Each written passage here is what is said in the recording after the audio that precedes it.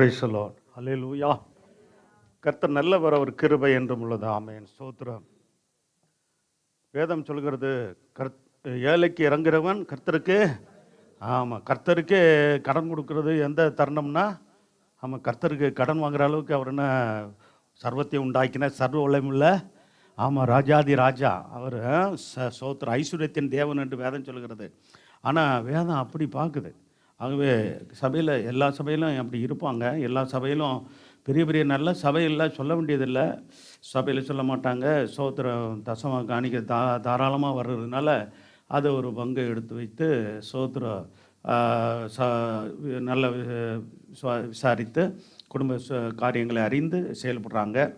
நமக்கும் கர்த்தர் ஸ்தோத்திரம். என்னுடைய ஆசை என்னென்னா, சபையில் உள்ள எல்லா குடும்பங்களும் நிறைவாய் ஆசீர்வதிக்கப்படணும். ஹல்லேலூயா. ஸ்தோத்திரம். அதுக்காக நல்ல கொஞ்சம் ஏழ்மையில் இருக்கிற குடும்பங்கள் நல்ல ஜெபிக்கணும். ஆண்டவரே என்ன பண்ணுங்க, ஆபிரகாமை அழைத்து ஒன்றில்லாத தான் கொண்டு வந்தார். ஸ்தோத்திரம். அவன் வந்து அழைத்து கொண்டு வந்தவர் ஸ்தோத்திரம் ஏற்ற வேலையில் சீமானாய் மாற்றினாரான். ஹல்லேலூயா. ஆசீர்வதித்து அப்படி சீமானாய் மாற்றின தேவன் அந்த ஆபிரகாமின் தேவன் நம் தேவனாய் இருக்கிறார். ஹல்லேலூயா. ஆனாலும் கூட வேதம் சொல்லுகிறது, ஏழைகள் இருக்கத்தான் செய்வாங்கன்னு சொல்லப்பட்டிருக்கிறது. நம்மிடையே ஸ்தோத்திரம் ஆண்டவர் சொல்லியிருக்கிறார், உங்களிடையே யார் இருப்பா? ஆமாம், ஏழைகள் இருப்பார்கள், அவர்களுக்கு நீங்கள் உதவி செய்யுங்க அப்படின்னு பழைய ஏற்பாடு காலத்திலேருந்தே இருக்குது. அதனால் புதிய ஏற்பாடு சபையார் நம்ம ஸ்தோத்திரம் உங்களால் இயன்றதை கொடுங்க, யாரையும் கட்டாயப்படுத்துறதில்ல. இந்த சந்தா காரியங்கள் கூட உங்களுக்கு புரியுதா, இல்லை புரிஞ்சால் உங்களுக்கு விருப்பம் இருந்தால் அதை செய்யலாம், இல்லைன்னா கூட நம்ம நிப்பாட்டிடலாம். அது ஒன்றும் பெரிய காரியம் இல்லை. நீங்கள் கொடுக்குற இதை வச்சு நம்மளும் சேர்ந்து அது ஒரு அன்பின் ஐக்கியமாக அந்த அந்த பணத்தை வச்சு நம்ம இது பண்ணுறோம். ஸ்தோத்திரம். ரொம்ப ஏழையாக ரொம்ப கொடுக்க முடியாத சூழ்நிலையில் இருக்கிறவங்க கொடுக்கலைன்னா அவங்க கூட பரவாயில்ல பண்ணுறோம். இல்லை அது எங்களுக்கு உடன்பாடு இல்லைன்னு அப்படி சொல்லிட்டிங்கன்னா நீங்கள் அப்படி இருந்தால் சிஸ்டர்கிட்ட சொல்லணும். ஏன்னா எதுவுமே கட்டாயப்படுத்தி எதுவுமே அதெல்லாம் எனக்கு உடன்பாடு இல்லை. ஸ்தோத்திரம். ஆமாம், அது கட்டாயப்படுத்துறதும் இல்லை. இதை நம்ம தொடர்ந்து செய்கிறோம்.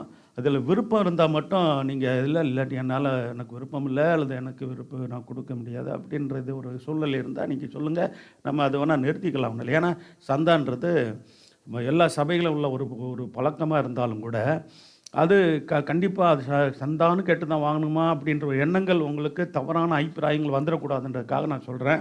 கர்த்தர் ஸ்தோத்திரம். இல்லை, எங்களுக்கு அப்படிலாம் ஒரு காரியம் இல்லை, நாங்கள் ஆயத்தம் அப்படின்னா அது உங்களுடைய பகுதி. எது இருந்தாலும் வேதம் சொல்கிறது, மன ரம்மியமாய் மன விருப்பத்தோடு செய்யணும். அதுதான் இந்த கர்த்தர் என்ன பண்ணுறாரு, விரும்புகிறார். அப்படி ஸ்தோத்திரம். மற்றபடி சபையின் மூலமாக சில சமயங்களில் சபையிலிருந்தே நம்ம என்ன பண்ணுறோம், சில காரியங்களை செய்கிறோம் இல்லைங்களா? நம்ம ஸ்தோத்திர விசேஷத்தை சில நாட்களில் சில இது பண்ணுறோம், அது வேறு விஷயம் இல்லை. ஸ்தோத்திர பிள்ளைகளே சில பேர் என்ன பண்ணுறாங்க, சபை விசுவாசிங்க பிள்ளைங்கள் சில பேர் அதில் ஸ்பான்சர் பண்ணுறாங்க. அப்படியெல்லாம் நம்ம தான் அப்படி தான் செய்ய முடியுது. ஸ்தோத்திரம். சரி, அதனால் நல்ல ஒவ்வொரு குடும்பங்களும் நீங்கள் என்ன பண்ணணும், நல்ல ஊக்கமாக ஜெபம் பண்ணி, ஆண்டவரே நான் வாங்குறவனாக இல்லை கொடுக்குறவனாக என்னை மாற்றணும். அல்லேலூயா. அப்படியாக எனக்கு குறை வரக்கூடாது, கர்த்தர் நிறைவுள்ள தேவனின் நிறைவாக ஆசீர்வதிக்கணும். எப்படி ஜெபிக்கணும்? இப்போ ஜெபம் பண்ணுவோமா? கர்த்தாவே, சபையில் இருக்கிற எல்லாரையும் ஆண்டவரை நிறைவாய் நீர் ஆசீர்வதிக்கணும் ஐயா. ஆண்டவரை ஒரு குடும்பம் கூட குறைவில் இருக்கக்கூடாதப்பா. நிறைவானது வரும்போது குறைவானது போய்விடும் என்று சொல்லப்பட்ட பிரகாரமாக நிறைவான எங்கள் ஆவியானவர் கர்த்தர் நீர் ஒவ்வொரு குடும்பத்தை நீர் ஆசீர்வதிக்கணும். கைகளின் பிரயாசங்களை ஆசீர்வதிக்கணும், தொழில்களை ஆசீர்வதிக்கணும்ப்பா, வியாபாரங்களை ஆசீர்வதிக்கணும், வேலைகளை ஆசீர்வதிக்கணும். ஆண்டவரே, நாளுக்கு நாள் குடும்பங்கள் ஆசீர்வதிக்கப்பட்டு உயர்த்தப்படணும். ஆண்டவரே தகப்பனே, ஸ்தோத்திரமுடைய பிள்ளைகளுடைய வருமானங்களை நீர் ஆசீர்வதித்து கர்த்தாவே ஸ்தோத்திரம், ஒரு மாத கடைசியில் மீதெடுக்க முடியாது, பற்றாக்குறை வரக்கூடாது. அப்படியாய் கர்த்தர் நிறைவாக நீர் ஆசீர்வதித்து நடத்தணும். ஆண்டவரே, உம்முடைய பிள்ளைகளுடைய கைகளின் பிரயாசங்களை ஆசீர்வதித்து உம்முடைய பிள்ளைகளும் ஆண்டவரே உமக்கு கொடுக்கறதில் உண்மையாக இருக்க கர்த்தாவே ஸ்தோத்திரம் உற்சாகமாய் கர்த்தருக்கென்று கொடுக்கும்போது ஆண்டவரே அதில் நீ பிரியமாக இருக்கிற என்று சொல்லப்பட்ட பிரகாரமாக கர்த்தர் நீ நடத்துங்க, ஆசீர்வதிங்க. கர்த்தாவே பலவீனமாக சுகவீனம் இருக்கிற எல்லாரையும் பலப்படுத்துங்க, சுகப்படுத்துங்க, ஆறுதல் தாங்க. விசேஷமாக ஆண்டவரே சகோதரி சாரால் அவர்களுக்கு நேற்ற நாளில் அப்போ அந்த ஆஞ்சியோ பண்ண கிருபை செய்திங்க ஆண்டவர். இந்த அப்பா சோதரம் அந்த ரிப்போர்ட்டை பார்த்து அடுத்து என்ன காரியங்களை சோதரம் மாத்திரை மூலமாகவோ மருந்து மூலமாகவோ கர்த்தாவே சோதரமையா அந்த பாதிப்பை சரி பண்ண முடியும் இருக்குமானால் அல்லது தேவன் எப்படி நடத்த சித்தம் கொண்டு இருக்கிறீரோ அப்படி சித்தத்துப்படி நடத்துங்க. எல்லாம் சகாயத்தையும் செய்யுங்க, எல்லா தடையில் நீக்க போடுங்க ஆண்டவரே. சோத்திரம் அப்படியாக கர்த்தர் யாரெல்லாம் ஆண்டவரே சோத்திர மகன் பிரிட்டோ கூட இந்த ஜுரம் பாதிப்பு இருக்கிறது முற்றிலுமாக நீக்கி அந்த சரீர சோர்வு சோத்து ஜலதோஷம் சளி இருமல் ஜுரம் இப்படிப்பட்ட பாதிப்பு குழந்தைகள் கூட அங்கே காணப்படுகிறது. எல்லா பாதிப்பும் நீங்கட்டும் ஆமண்டவரே. சோத்திர இயற்கை சூழ்நிலைகள் எல்லாம் சாதமாக்கி உடைய பிள்ளைகளை கர்த்தர் நீர் வேலி எடுத்து ஒவ்வொரு குடும்பத்தை ரத்தத்தின் மறைவுகளாக மூடி வேலி எடுத்து பாதுகாத்துக்கொள்ளும் ஆண்டவர். நல்ல சுகபலன் ஆரோக்கியத்தை கொடுத்து தேவன் பலப்படுத்தி நடத்தும் ஆசீர்வதியும். கைகளின் பிரயாசங்களை விசேஷமாக நிறைவாய் ஆசீர்வதித்து நம்முடைய பிள்ளைகள் அப்பா சோத்திரம் ஆண்டவரே உபாகமம் 1:11 வசனப்படி இப்போ இருக்கிறது பார்க்கலாம். 1000 மடங்காய் ஆசீர்வதித்து உயர்த்தி உடைய பிள்ளைகளுடைய எதிர்காலங்களை வழி நடத்துங்க. சோத்திரம் பெரிய காரியங்களை செய்ய மகிமைப்படுங்க. இயேசு நாமத்தில் வேண்டிக் கொள்வோம் நல்ல பிதாவே, ஆமென். இந்த நாளில் ஒரு செய்தியை நாம் சோத்திரம் ஒவ்வொரு வாரமும் முக்கியமான சபைக்கு வேண்டிய நல்ல சத்தியங்களை கர்த்தர் கொடுத்து கொண்டு இருக்கிறார். நாங்கள் கவனமாக கவனித்து வசனத்துக்கு ஒப்பு கொடுத்து நாம் செயல்படுவோம். கர்த்தர் நம்மை ஆசீர்வதிப்பார். கர்த்தர் நம்மை எல்லா தீமைக்கும் விலக்கி காக்கிறார் என்று நம்ம சோத்திரம் சத்தியத்தை தியானிக்க இருக்கிறோம். கர்த்தர் நம்மை எல்லா தீமைக்கும் விலக்கி காக்கிறார் அல்லது காப்பாற்றுகிறார் என்று வேதம் சொல்கிறது. சோத்திரம் ஒன்று நம்ம முதல்ல நெருக்கத்திற்கு விலக்கி நம்மை விசாலத்தில் வைத்து நடத்துகிறவராக இருக்கிறார். நெருக்கம் சோத்திர குடும்ப வாழ்க்கையில் சோத்திரம் அதே வேளையில் குடும்பத்தில் நெருக்கம், அதாவது குடும்பம்னு சொல்லும்போது குடும்ப வாழ்க்கையில் தேவைகள் குறைவுபடும் போது ஒரு நெருக்கம், குடும்பத்தில் இருக்கிற போராட்டங்கள் நெருக்கம், பிரச்சனைகள், வியாதி, சோத்திரம், வேறு விதமான சோத்திரம் எதிர்ப்புகள், இதெல்லாம் பாருங்கள் சோத்திர ஊழியத்தில் கூட அப்படிப்பட்ட காரியங்கள்லாம் பார்க்குறோம். இதில் இந்த நெருக்கத்திலிருந்தெல்லாம் விடுதலையாக்கிய கர்த்தர் நம்மை விசாலத்தில் வைக்க விரும்புகிறார். அல்லேலூயா. யோபு 36:16 வாசிங்க. 36:16 வாசிக்கலாம்.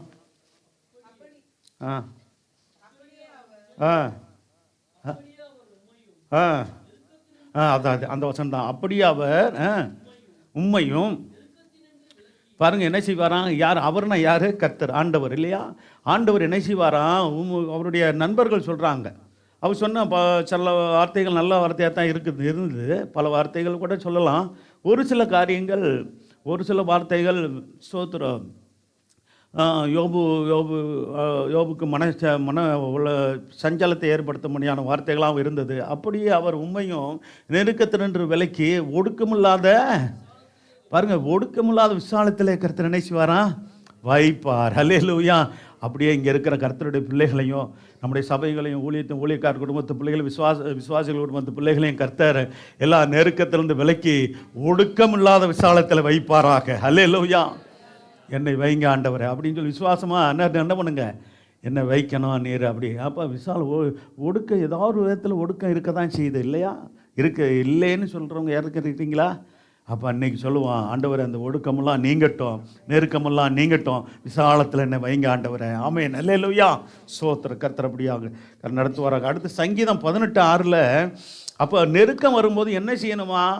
சோத்திரன் தாவீது சொல்லுகிறார், சங்கீதக்காரனாகி தாவீது சொல்கிறார், நெருக்கத்தில் நம்ம தாவீதுக்கு எப்போப்பெல்லாம் நெருக்கம், அவருக்கு வராத நெருக்கமே இல்லை, அவருக்கு வராத போராட்டமே இல்லை, அவருக்கு வராத ஆபத்தே இல்லை. அப்படிப்பட்ட சூழ்நிலையில் சோத்திரம் அவர் நான் பார்க்குறோம். எனக்கு உண்டான நெருக்கத்தில் என்ன செஞ்சாராம்? கர்த்தரை நோக்கி கூப்பிட்டாரா? அதான் ஜெபம். நம்ம நெருக்கம் வரும்போது ஒடுக்கம் வரும்போது என்ன செய்யணும்? ஆமாம், மனுஷரை நோக்கி கூப்பிட்டு கூடாது.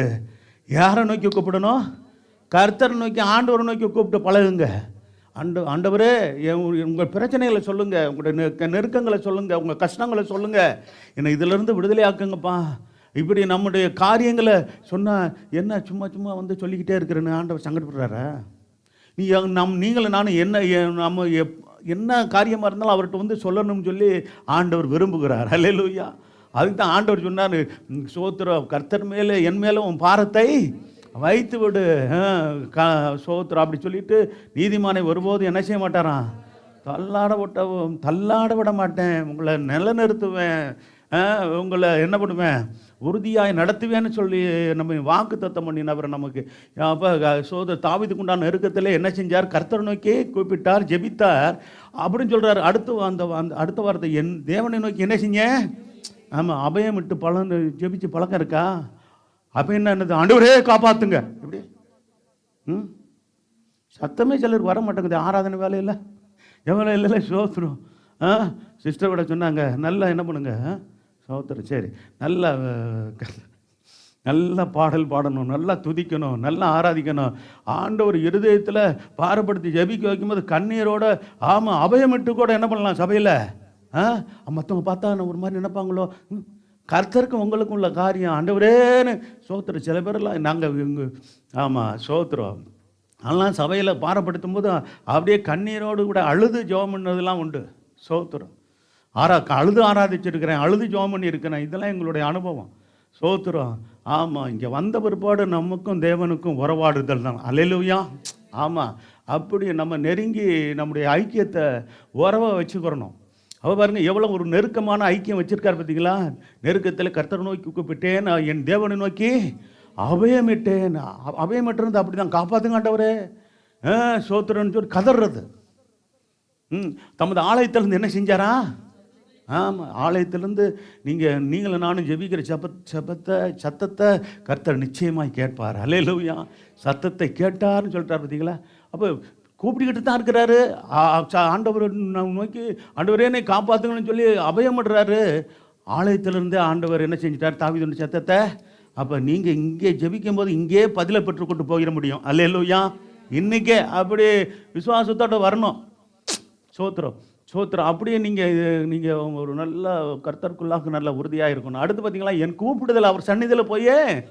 ஆமாம், அப்போ தாவீதுடைய கூப்பிடுதல் ஆண்டவருடைய சந்நிதியில் போய் அவர் செவியில் ஏறும்னா, என்னுடைய உங்களுடைய ஜபங்களும் விண்ணப்பங்களும் மன்றாடுகளும் அவர் சந்நிதியாக இந்த தேவனுடைய சமூகத்தில் இருந்து அவருடைய செவிகளில் நிச்சயமாக ஏறும். அல்லேலூயா. ஏறுதா? சோத்திரம். தாவீதின் தேவன் நம் தேவன். அல்லேலூயா. ஆமாம், சோத்திரம். அப்போ அப்படிலாம் சொல்லி ஜெபிங்க. தாவீதின் தேவன் என் தேவனாக இருக்கிறீரே, ஆபிரகாமின் தேவன் என் தேவனாக இருக்கிறீரே. ஆமாம், சோத்திர. ஏழ்மையிலிருந்து எப்படிப்பட்ட உயர்வை கொடுத்தார் தாவீதுக்கு. தாப்பனுடைய ஆடு மேய்ச்சி கொண்ட மனுஷனை சோத்திரம் சமஸ்த இஸ்ரவேலுக்கும் ராஜாவாக உயர்த்தினார். அல்லேலூயா. தேவனால் சகலமும் கூடும். அல்லேலூயா. மனுஷரால் கூடாதெல்லாம் தேவனால் கூடும். இந்த வார்த்தையை, வேதத்தில் இருக்கிற வசனங்களை வார்த்தைகளை சொல்லி சொல்லி ஜெபிக்கணுங்க. சோத்திரம். அப்போ நம்முடைய ஜெபங்களுக்கு சரியான பதில் வராமல் இருக்குன்னா இன்னும் விசுவாசம் இல்லை, வசனத்தை கொண்டு நீங்கள் ஜெபிக்கல, இன்னும் ஜெபம் போதுமான ஜெபத்தை ஏறெடுக்கலன்னு அர்த்தம். போதுமான ஜெபங்களை எப்போ நம்ம ஏறெடுக்கிறோமோ, எப்பேற்பட்ட தடைகளும், குடும்பத்துக்குள்ள கணவன் மனைக்கு இருக்கிறதான போராட்டங்கள், பெற்றோர்களும் பிள்ளைகளுக்கு இருக்கிறதான பிரச்சனைகள் எல்லாம் நீங்கும், சமாதானம் உண்டாகும், கர்த்தர் சோதரர் உண்டாகட்டும், குடும்பத்தின் குறைவுகள் நிறைவாகும், தடைகளெல்லாம் நீக்கப்படும். கர்த்தர் குடும்பங்களில் குடும்பங்களிலும் ஊழியத்திலும் சபையிலும் அற்புதங்களையும் அடையாளங்களையும் நிச்சயமாக நடப்பிப்பார். அல்லேலூயா. நம்முடைய ஜபங்கள் அப்படியாக விசுவாசம் நிறைந்த ஜபங்களாக இருக்க கடவுது. தாவீது ஜபித்தது போல. சங்கீதம் 18:6 அடுத்து தாவீது அதே சோத்திரம். தாவீது 18ஆம் அதிகாரம் 18-19 கூட அந்த நெருக்கத்திலிருந்து விலகின காரியங்கள் இன்னும் கொஞ்சம் விலக்கி சொல்கிறார் பாருங்க. நல்லா கவனிங்க. ஆபத்து நாளில் பாருங்க, எந்த ஆபத்தை பாருங்க, மனுஷர் மூலமாக உயிருக்கு ஆபத்து வரலாம், அல்லது மனுஷர் மூலமாக சில நம்ம வாழ்க்கையில் சோத்திரம் சில விதமான நெருக்கங்கள், அதாவது பாதிப்புகள் வரலாம். சோத்திரம் சில வியாதி நோய்கள் கூட நமக்கு எப்படி ஆகுது, ஒரு ஆபத்தை போல இருக்கிறது. அதான் வேதம் சொல்லுகிறது. ஆபத்து நாளில் இன்னொரு வசனம் இருக்கு, ஆபத்து நாளில் நீ சோர்ந்து போவாயனால் உன் பலன்.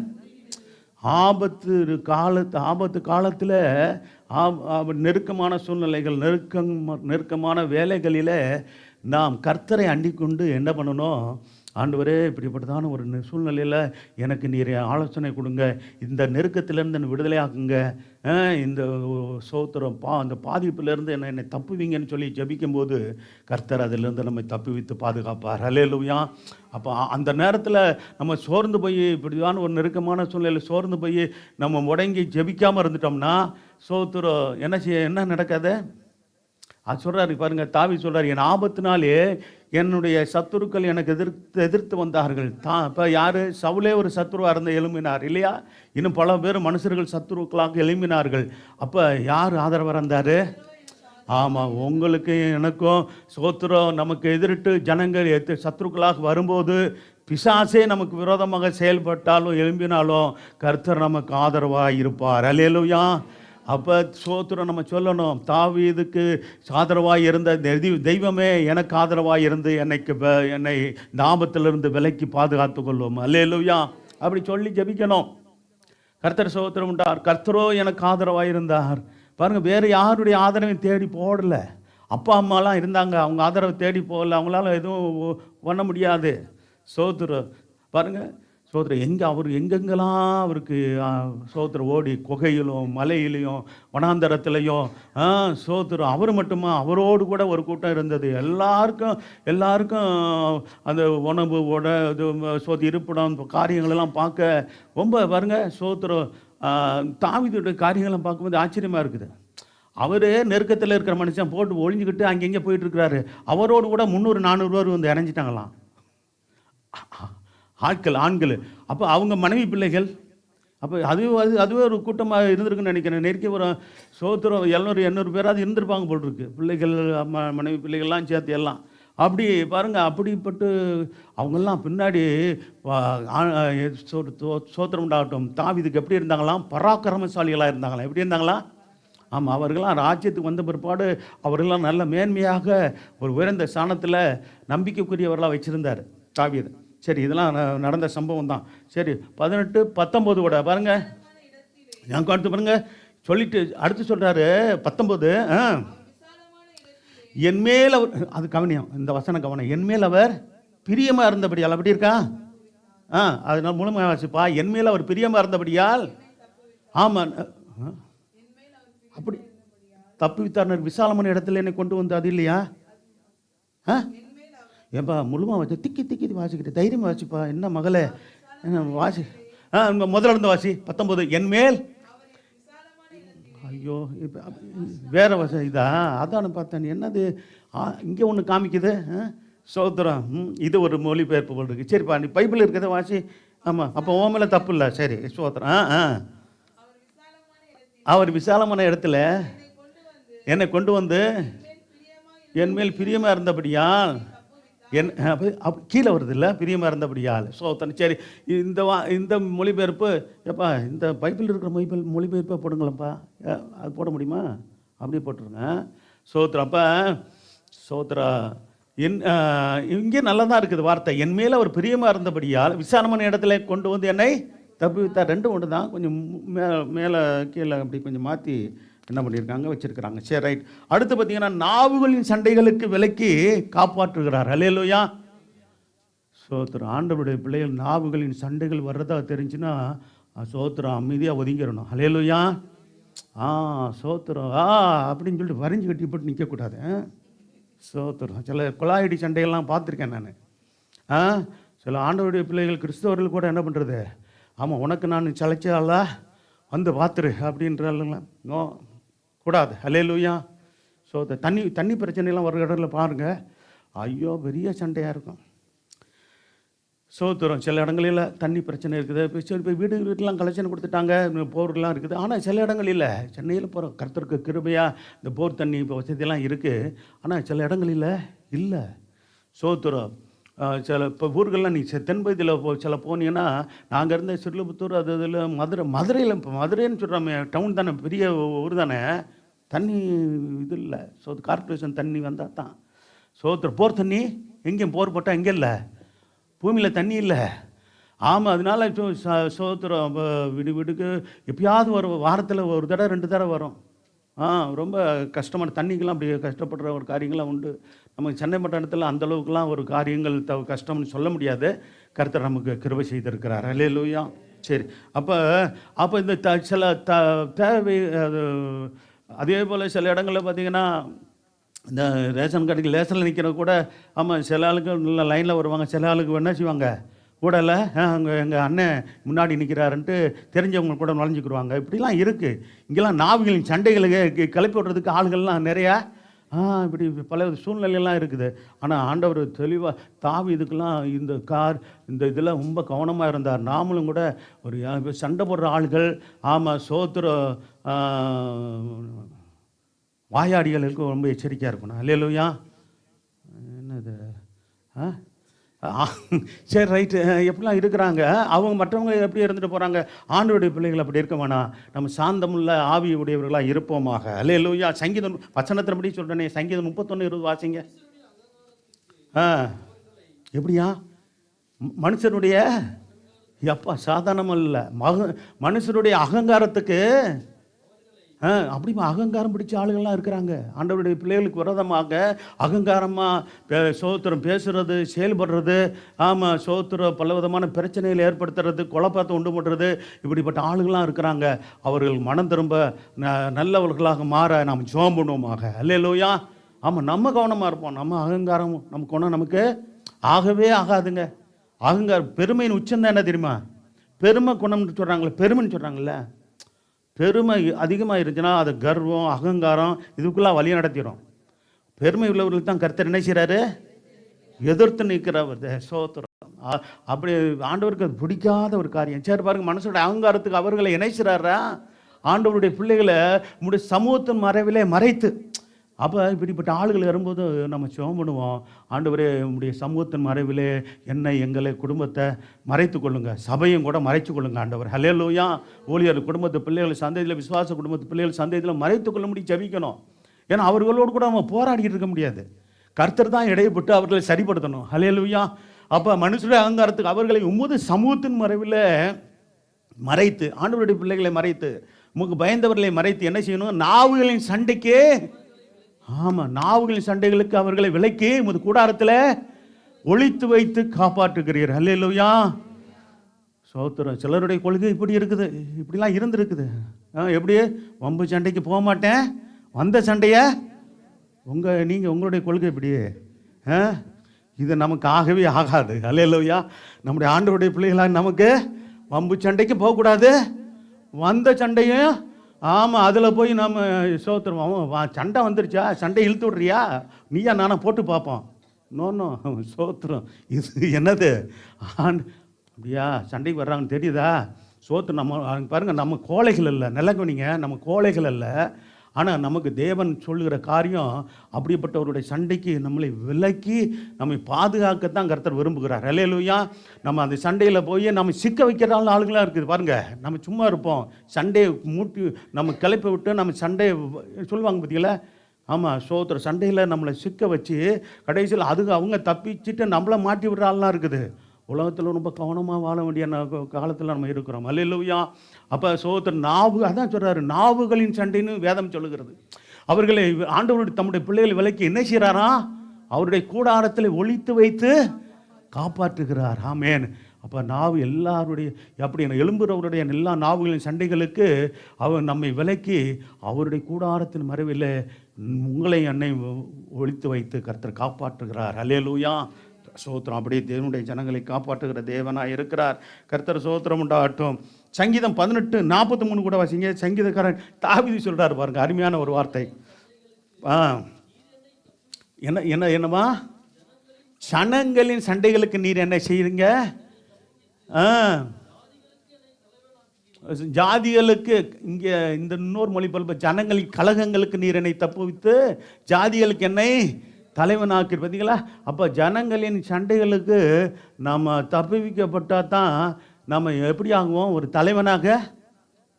சண்டையில், பிரச்சனையில், வம்பில் போய் நம்ம மாட்டிக்கிட்டோன்னு வச்சுக்கிங்க, நம்மளே சண்டை சொல்லலாம். நான் சும்மா, எனக்கு அந்த வார்த்தை பாருங்கள், அடிக்கடி இந்த வார்த்தையை சொல்கிறாங்க. ஒரு காலத்தில் நீங்கள் கூட சொல்லியிருப்பீங்கள, எனக்கு இதை கேட்டு கேட்டு என்னடா அது இந்த மாதிரி சொல்கிறாங்க, இந்த மாதிரி சொல்கிறாங்கன்னு எனக்கு இப்போ எனக்கு வாய்க்கில் வந்துடுச்சு. பார்த்தீங்களா? ஏசப்பா என்னை மன்னிங்க. அல்லேலூயா. ஏன்னா வேதம் சொல்கிறதா அந்நிய தேவர்களுடைய ஸ்தோத்திரம் பெயர்களை வாயில் உச்சரிக்க மாட்டேன்னு நல்ல தீர்மானம் எடுத்தார். யார்? தாவீது தான். ஸ்தோத்திரம். அந்நிய தேவர்களின் நாமங்களை என் வாயில் உச்சரிக்க மாட்டேன். நம்ம வாயில் கூட உச்சரிக்கக்கூடாதுங்க. அந்நிய தேவர்கள், அந்நிய தெய்வம் அப்படின்னு சொல்கிற காரியங்களோடு நம்ம நிறுத்திக்கணும். அதனுடைய பேருலாம் இருக்குல்ல, அவனுக்கும் பேர் வச்சுருக்காங்கல்ல, அதை கூட நம்ம என்ன செய்ய சொல்லக்கூடாதான், சொல்லவே கூடாதுன்னு இருக்குது. ஸ்தோத்திரம். சரி சொல்கிறோம். அதனால தான் சரி கர்த்தர் நல்லவர். அப்போ ஜாதிகளுக்கு, அப்போ சண்டைகளுக்கு தப்பி வைத்து ஜாதிகளுக்கு என்ன செய்கிறாரு? நம்ம தலைவர்களாக்குவார், தலைவி ஆக்குவார்.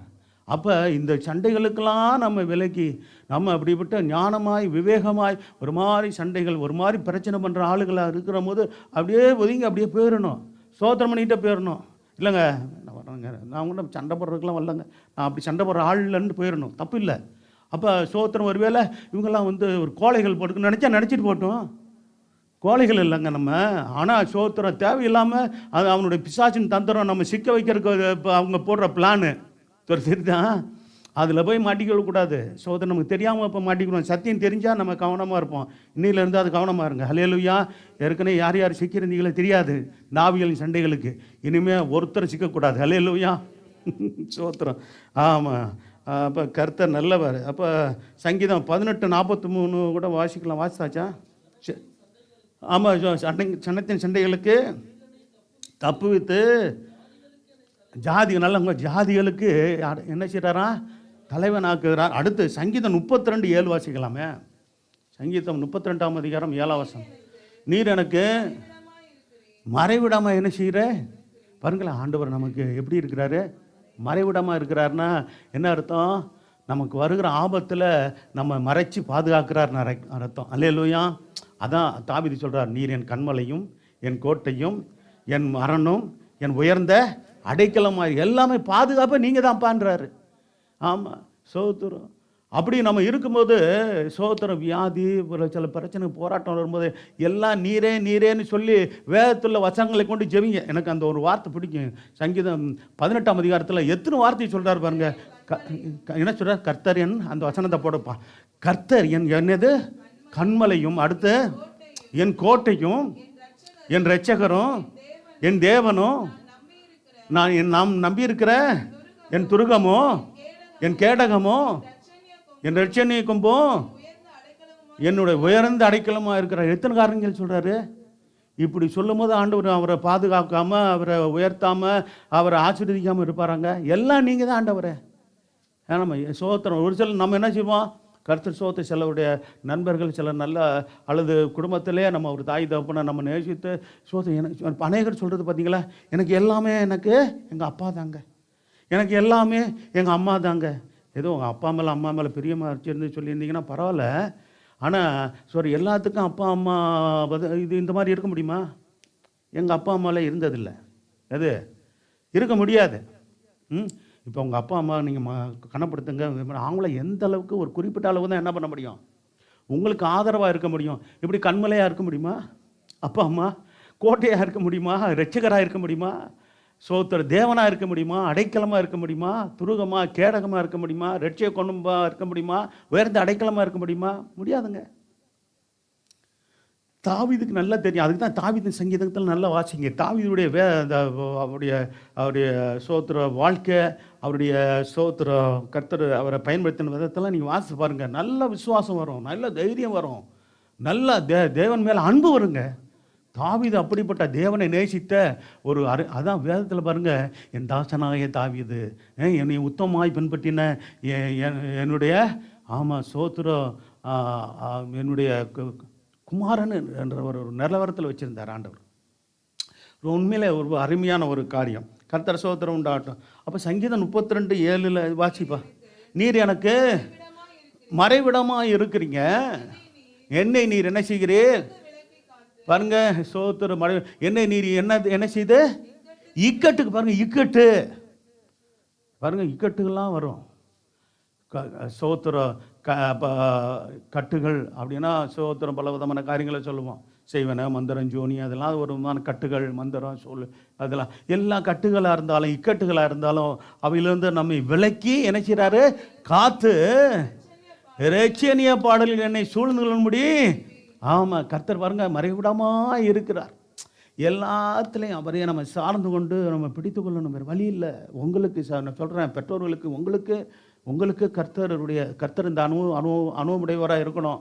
உங்களுடைய பிள்ளைகளுக்கு, உங்களுடைய சந்ததிகளுக்கு இதெல்லாம் நம்ம கற்றுக் கொடுக்கணும். கர்த்தர் எனக்கு மறைவிடமாக இருக்கிறாரு, என்னை இக்கட்டுக்கு விலைக்கு காத்தாரு, இரட்சணிய பாடல்கள் என்னை சூழ்ந்து கொள்ளும்படி செய்வார். இரட்சணிய பாடல்கள் நம்ம பாடுகிற பாடலாம் பாருங்க, நம்மை ரட்சிக்கக்கூடிய வல்லமை உள்ளது. ஹல்லேலூயா. விடுதலையாக்கக்கூடிய வல்லமை உள்ளது. நம்ம பக்தி உள்ள பாடலை, பயபக்திக்குரிய பாடல்களை தான் நம்ம பாடுறோம். கர்த்தர் பாடணும் சபையில். சோத்திரம். கர்த்தர் நல்லவர். ஆகவே கர்த்தருடைய பிள்ளைகள் இதில் கவனம் செலுத்துவோம். அடுத்து மூணாவதாக, சத்துருக்களுக்கு விலக்கி அமர்ந்திருக்க செய்வார். ஒன்று மனுஷர்கள் சத்துருக்களாக எழும்பக்கூடும், அல்லது பிசாசு பிசாசு ஒரு பக்கம், இன்னொன்று மனுஷர்களே நமக்கு விரோதமாக எழும்பக்கூடும். அப்போ மனுஷர்களை ஏற்கிறது கூட பார்த்திங்கன்னா, தேவனுடைய பிள்ளைகளுக்கு விரோதமாக மனுஷர்களை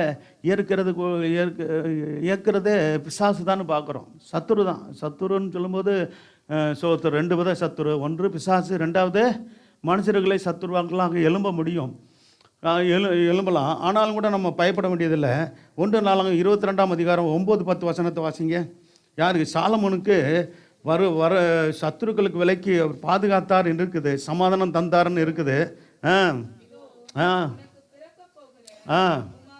தாவீதுகிட்ட சொல்கிறாரு, தாவீதே உனக்கு பிறகு போகிற குமாரன், பல மனைவிகள் இருந்தாங்க, பல குமாரர்கள் பிறந்தாங்க, குமாரத்திகள்லாம் பிறந்தாங்க. சரி வாசிக்கலாம். பாருங்க என்ன எப்படி இருப்பானா. சாலமோனை குறித்து சொல்கிறாரு, உனக்கு பிற போகிற மனுஷன் அமைதியுள்ள மனுஷனாக இருப்பான், சுற்றில் இருக்கும். பாருங்க, சுற்றியில் இருக்கும் சத்துருக்களெல்லாம் நானே விளக்குவேன்றார். ஆண்டவரே விளக்குறேன்றார். அப்படி வளர்க்கணும். 40 வருஷம் பிரச்சனை இல்லைங்க. 40 வருஷம் ஆனாலுக்கு பாருங்கள், 20 வருஷம் தான் அந்த மனுஷன் ஒழுங்காக இருந்தான். 20 வருஷத்துக்கு பிற்பாடு பல மனைவிகளை கல்யாணம் பண்ணிக்கிட்டு நமக்கு தெரியும். தேவனை விட்டு பின்வாங்கி போய்கிட்டே எச்சரிச்சுக்கிட்டே இருக்கிறாரு. 40 வருஷம் அப்படியே ஆளை விட்டார் அவனை. ஆனால் அது பிற்பாடு ஆண்டவர் 2 கண்ணெல்லாம் கண்டிஷனாக சொல்லி, நான் எவ்வளோ சொல்லி 2 முறை உன்னை எச்சரித்தேன், நீ கேட்கல. இனிமேல் உன்னுடைய ராஜ்யத்தை உனக்கு நீ உண்மையாக இருந்தீன்னா, எனக்கு கீழ்ப்படிஞ்சு நடந்தீங்கன்னா, உன் சந்ததியில் ஒருவனும் சிங்காசனத்துக்கு வராமல் இருக்க மாட்டான்னு சொன்னார். ஆனால் அதை காப்பாற்றிக்கலை. யார்? சாலமோன் அதை செய்யலை. இதை உனக்கு பிறகு போகிற குமாரன் அமைதியில் புருஷனாக இருப்பான், சுற்றில் இருக்கும் அவன் சத்துருக்களை எல்லாம் விலக்கி அவனை சொல்கிறார், அமர்ந்திருக்க செய்வேன்னு சொல்கிறார். ஆகையால் சாலமோன் எனப்படும், அவன் நாட்களில் இஸ்ரவேலின் மேல் சமாதானத்தையும் அமெரிக்கையும் அருளுவேன். சோத்திரம். கர்த்தர் நல்லவர். ஹல்லேலூயா. சோத்திரம். எனக்கு இந்த சாலமோன், எங்கள் தம்பி மகனுக்கு பேர் சாலமோன், ஜான் சாலமோன். சோத்திரம். என் பேரனுக்கு கூட ஒரு சாலமோன் இன்னொரு பேர் இருக்கேன், கேப்ரியல் பிளசன். சாலமோன். சோத்திரம். நான் நினச்சேன் 2 பேர் கூட போதும். சாலமோன்றவன் சோத்திரம், அவன் நிறைய சிறிகளை கல்யாணம் பண்ணவனாச்சே, ஒரு சாட்சியில் மேற்கொண்டு வர வேதத்தில் சோத்திரம், எபிரேய புத்தகத்தில் சோத்திரம், அந்த விசுவாச வீடுகள் பற்றியிலே வரலையே. அப்படிலாம் இப்படி நான் சிந்தித்தேன். பாருங்கள், நல்லா இப்படிலாம் நம்ம சிந்திக்கிறது தப்பு இல்லை. சிந்தித்து நம்ம வேதத்தை ஆராய்ச்சி பார்க்கணும். அப்போ கர்த்தர் பாருங்கள் இந்த இப்படி வசனங்களை கொடுக்குறாரு. பார்த்தீங்களா? சோத்திரம். சாலமோன்னா என்ன அர்த்தம்? சமாதானம்னு அர்த்தம்ங்க. சோத்திரம். அடுத்து என்னென்னா, சோத்திரம் அமைதியுள்ள புருஷனாக இருப்பான். யார்? இந்த சாலமோன் அப்படின்னு. ஆனால் சோத்திரம் இப்போ என் பேரன் ரொம்ப சேட்டைக்கார பையனாக தான் இருக்கிறான். பின்னாடி தான் அமைதியான பிள்ளையாக மாறுவான்னு நினைக்கிறேன். சரி, அது பிள்ளைங்க சேட்டை பண்ணுறது, அது ஆம்பளை பிள்ளைன்னா சேட்டை தான் பண்ண போட்டுருக்கு கூடுதலாக. சோத்திரம் பொம்பளை பிள்ளைகளை காட்டலாம். சரி, கர்த்தர் சோத்திரம். அப்போ பிள்ளைக்கு அப்போ இதோ உனக்கு பிறக்க போகிற குமாரன் அமைதியுள்ள புருஷனாக இருப்பான், சுற்றிலும் இருக்க அவன் சத்துருக்களை எல்லாம் விலக்கி அவனை அமர்ந்திருக்க செய்வேன். அப்படியே செஞ்சார். ஆகையால் அவன் பேர் சாலமோன் எனப்படும். அவன் நாட்டில் இஸ்ரவேலின் மேல் என்ன செய்வேன்? சமாதானத்தையும் அமெரிக்கன்னா அமைதியையும் அருளுவேன் அப்படி சொன்னார். சரியா? சரி, எத்தனை வசனம் வாசிக்க சொன்னேன்? 10வது வசனம் வாச. அவன் என் நாமத்திற்கு, பார்த்தீங்களா? சோத்திரம். தாவீதே ஆசைப்பட்டார், அதுக்கேற்ற ஆயத்தம்லாம் பண்ணார் ஆலயம் கட்டுறதுக்கு. நீ கட்ட வேணான்னு சொல்லிட்டார். காரணம் என்ன சொன்னார்? ஆண்டவரே, நீ அநேக யுத்தங்களை நடப்பித்தப்பா, நிறைய ரத்தங்களை சிந்திட்ட, அதனால் நீ கட்ட வேணாம். கர்த்தர் சோத்திரம். இது ஒரு ஆவிக்குரிய அர்த்தம் என்ன தெரியுமா? சோத்திரம். அப்போ பாருங்க, யுத்தம் பண்ணுற ஆளுகளை, சண்டை குணம் உள்ளவர்களை கர்த்தர் தேவனுடைய ராஜ்யம் கட்ட பயன்படுத்தவே மாட்டாருங்க. ஆவிக்குரிய அர்த்தம் புரியுதா? தேவனுடைய ராஜ்யம் கட்டப்படுவதற்கு நம்ம அமைதியுள்ள குணமுடையவர்களாக இருந்தால் தான் என்னை கொண்டு உங்களை கொண்டு தேவராஜ்யத்தை கட்டுவார். நான் ரொம்ப தாழ்மையோடு சொல்லிக்கிறேன். சோத்திரம். நம்முடைய குணங்கள்லாம் நல்ல சாந்தமுள்ள குணங்களாக மாறட்டும். அல்லேலூயா. நமக்கு கோபம், ஆத்திரம், சோத்திரம், ஆமாம், சோத்திரம், கட்டுக்கடங்காத அந்த காரியங்கள்லாம் வந்துடவே கூடாது. நம்ம அமைதியுள்ள குணமுடையவர்களாக, சகோதரிகளுக்கு குறிப்பாக சொல்லப்பட்ட குணசாலியான சரியாய் நீங்கள் இருக்கணும். அதே போல் இப்போ கர்த்தருடைய பிள்ளைகளும் ஆண்களும் எப்படி இருக்கணும்? அமைதியுள்ள, ஆமாம், சோத்திரம், புருஷராக இருக்கணுங்க. சாந்தம் குணமுள்ளவர்களாக இருக்கணும். அப்போ அப்படிப்பட்டவர்களை கொண்டு தான் கர்த்தர் தேவசத்தை உங்கள் குடும்பத்திலே நீங்கள் இதை கடைபிடிங்க. சோத்திரம். சாந்தமுள்ள குணமுள்ளவர்களாக சகோதரிமார்கள் இருங்க. அதாவது குணசாலிகளாக இருங்க. அதே போல் சோத்திரம், அமைதியுள்ள புருஷர்களாக கர்த்தர் சோத்திரம் உண்டாகட்டும். சபையில் குடும்பத்தில் இருக்கிற சகோதரர்களை, சோத்திரம், குடும்ப தலைவர்களை மாற்றுவாராக. அல்லேலூயா. இந்த கிருபையை கேட்கணுங்க. அப்படி அப்போ தான் நீங்கள் சோத்திரம் தேவனுடைய ராஜ்யத்தை நம்ம கட்டணும் அந்த பூமியில். சோத்திரம். அப்போ அவர்களை கொண்டு யார் அப்படி தாழ்மையுள்ள ஒரு சோத்திரம், பொறுமையுள்ள, சாந்தமுள்ளவர்களை கொண்டு தான் கர்த்தர் கட்ட முடியுது. தாவீது நல்ல குணம் உள்ள மனுஷன் தானே. சோத்திரம். ஆனால் என்ன சொல்லிட்டாரு? ஆமாம், நீ ஒரு இடத்துல சொல்கிறாரு, சோத்திர சாலமோனே சொல்கிறாப்புல, நீ ஆலயத்தை கட்ட நினச்சது நல்ல விதம்தான். ஆனால் என்னது, நீ கட்ட வேணாம்ப்பா. சோத்திரம். ஆண்டவரே, நானே கட்டணும்னு பாருங்க, எவ்வளோ ஆசை பாருங்க. நானே எல்லாம் சேர்த்து வச்சு நானே உமக்கு கட்டணும் ஆண்டவரே, நல்ல அருமையான ஒரு ஆலயத்தை உமக்கு கட்டணும். நீ வேணாம்ப்பா, நேரம் வரும்போது உன் மகனை வச்சு கட்ட வைக்கிறேன், நீ வேண்டான்ட்டார். பார்த்தீங்களா? கடைசி வரைக்கும் நோன்னா நோ தான் ஆண்டவர்கிட்ட. ஆகவே சோத்திரம். ஆகவே தேவனுடைய ராஜ்யம் ரசிக்கப்பட்ட என்னை கொண்டு உங்களை கொண்டு கர்த்தர் கட்ட விரும்புகிறார். அல்லேலூயா. நம்ம இணைஞ்சி தான் தேவனுடைய ராஜ்யத்தை கட்டணும். அப்போ நம்மக்கிட்ட என்ன இருக்கணும்? ஆமாம், கர்த்தரோட குணம், நல்ல குணங்கள் இருக்கணும், தெய்வீக குணங்கள் இருக்கணும், சாந்தமுள்ள குணங்கள் இருக்கணும், அன்புள்ள குணங்கள் இருக்கணும், இரக்கமுள்ள குணங்கள் இருக்கணும், விட்டு கொடுக்குற சுபாவங்கள் இருக்கணும். கர்த்தர் சோத்து சகித்து பொறுத்து கர்த்தர் சோத்திரம் உண்டாகட்டும். நீங்கள் சகலற்றையும் செய்யக்கூடியவர்களாக இருக்கணும். இது குடும்பத்திலே நீங்கள் பழக்கணும். அல்லேலூயா. சபையிலே அதை கொண்டு வரணும். கர்த்தர் சோத்திரம் உண்டாகட்டும். கர்த்தர் நல்லவர்.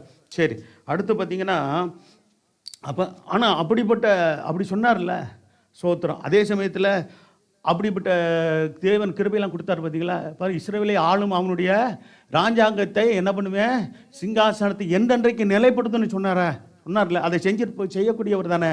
ஆனால் அவர் செஞ்சாரான்னு பார்த்தீங்கன்னா, அது பிறகு செய்யலை. என்றைக்கும் அவன் 40 வருஷம் அவனோட சரி. அது பிறகு ராஜ்யம் என்ன ஆயிடுச்சு? 2ஆக பிரிஞ்சிருச்சா? ஏன் பிரிஞ்சிச்சு? நல்ல கர்த்தர் சோத்திரம் உண்டாகட்டும். அதுக்குரிய காரணங்களை பார்ப்போம். 1 ராஜாக்கள் 11ஆம் அதிகாரம் 9ஆம் வசனம் 10ஆம் வசனம் இதெல்லாம் நம்ம தெரிஞ்சிருக்கணும். 11:9 தானே. கர்த்தர் அது முன்னாடி இன்னும் சில காரியங்கள் இருக்குது.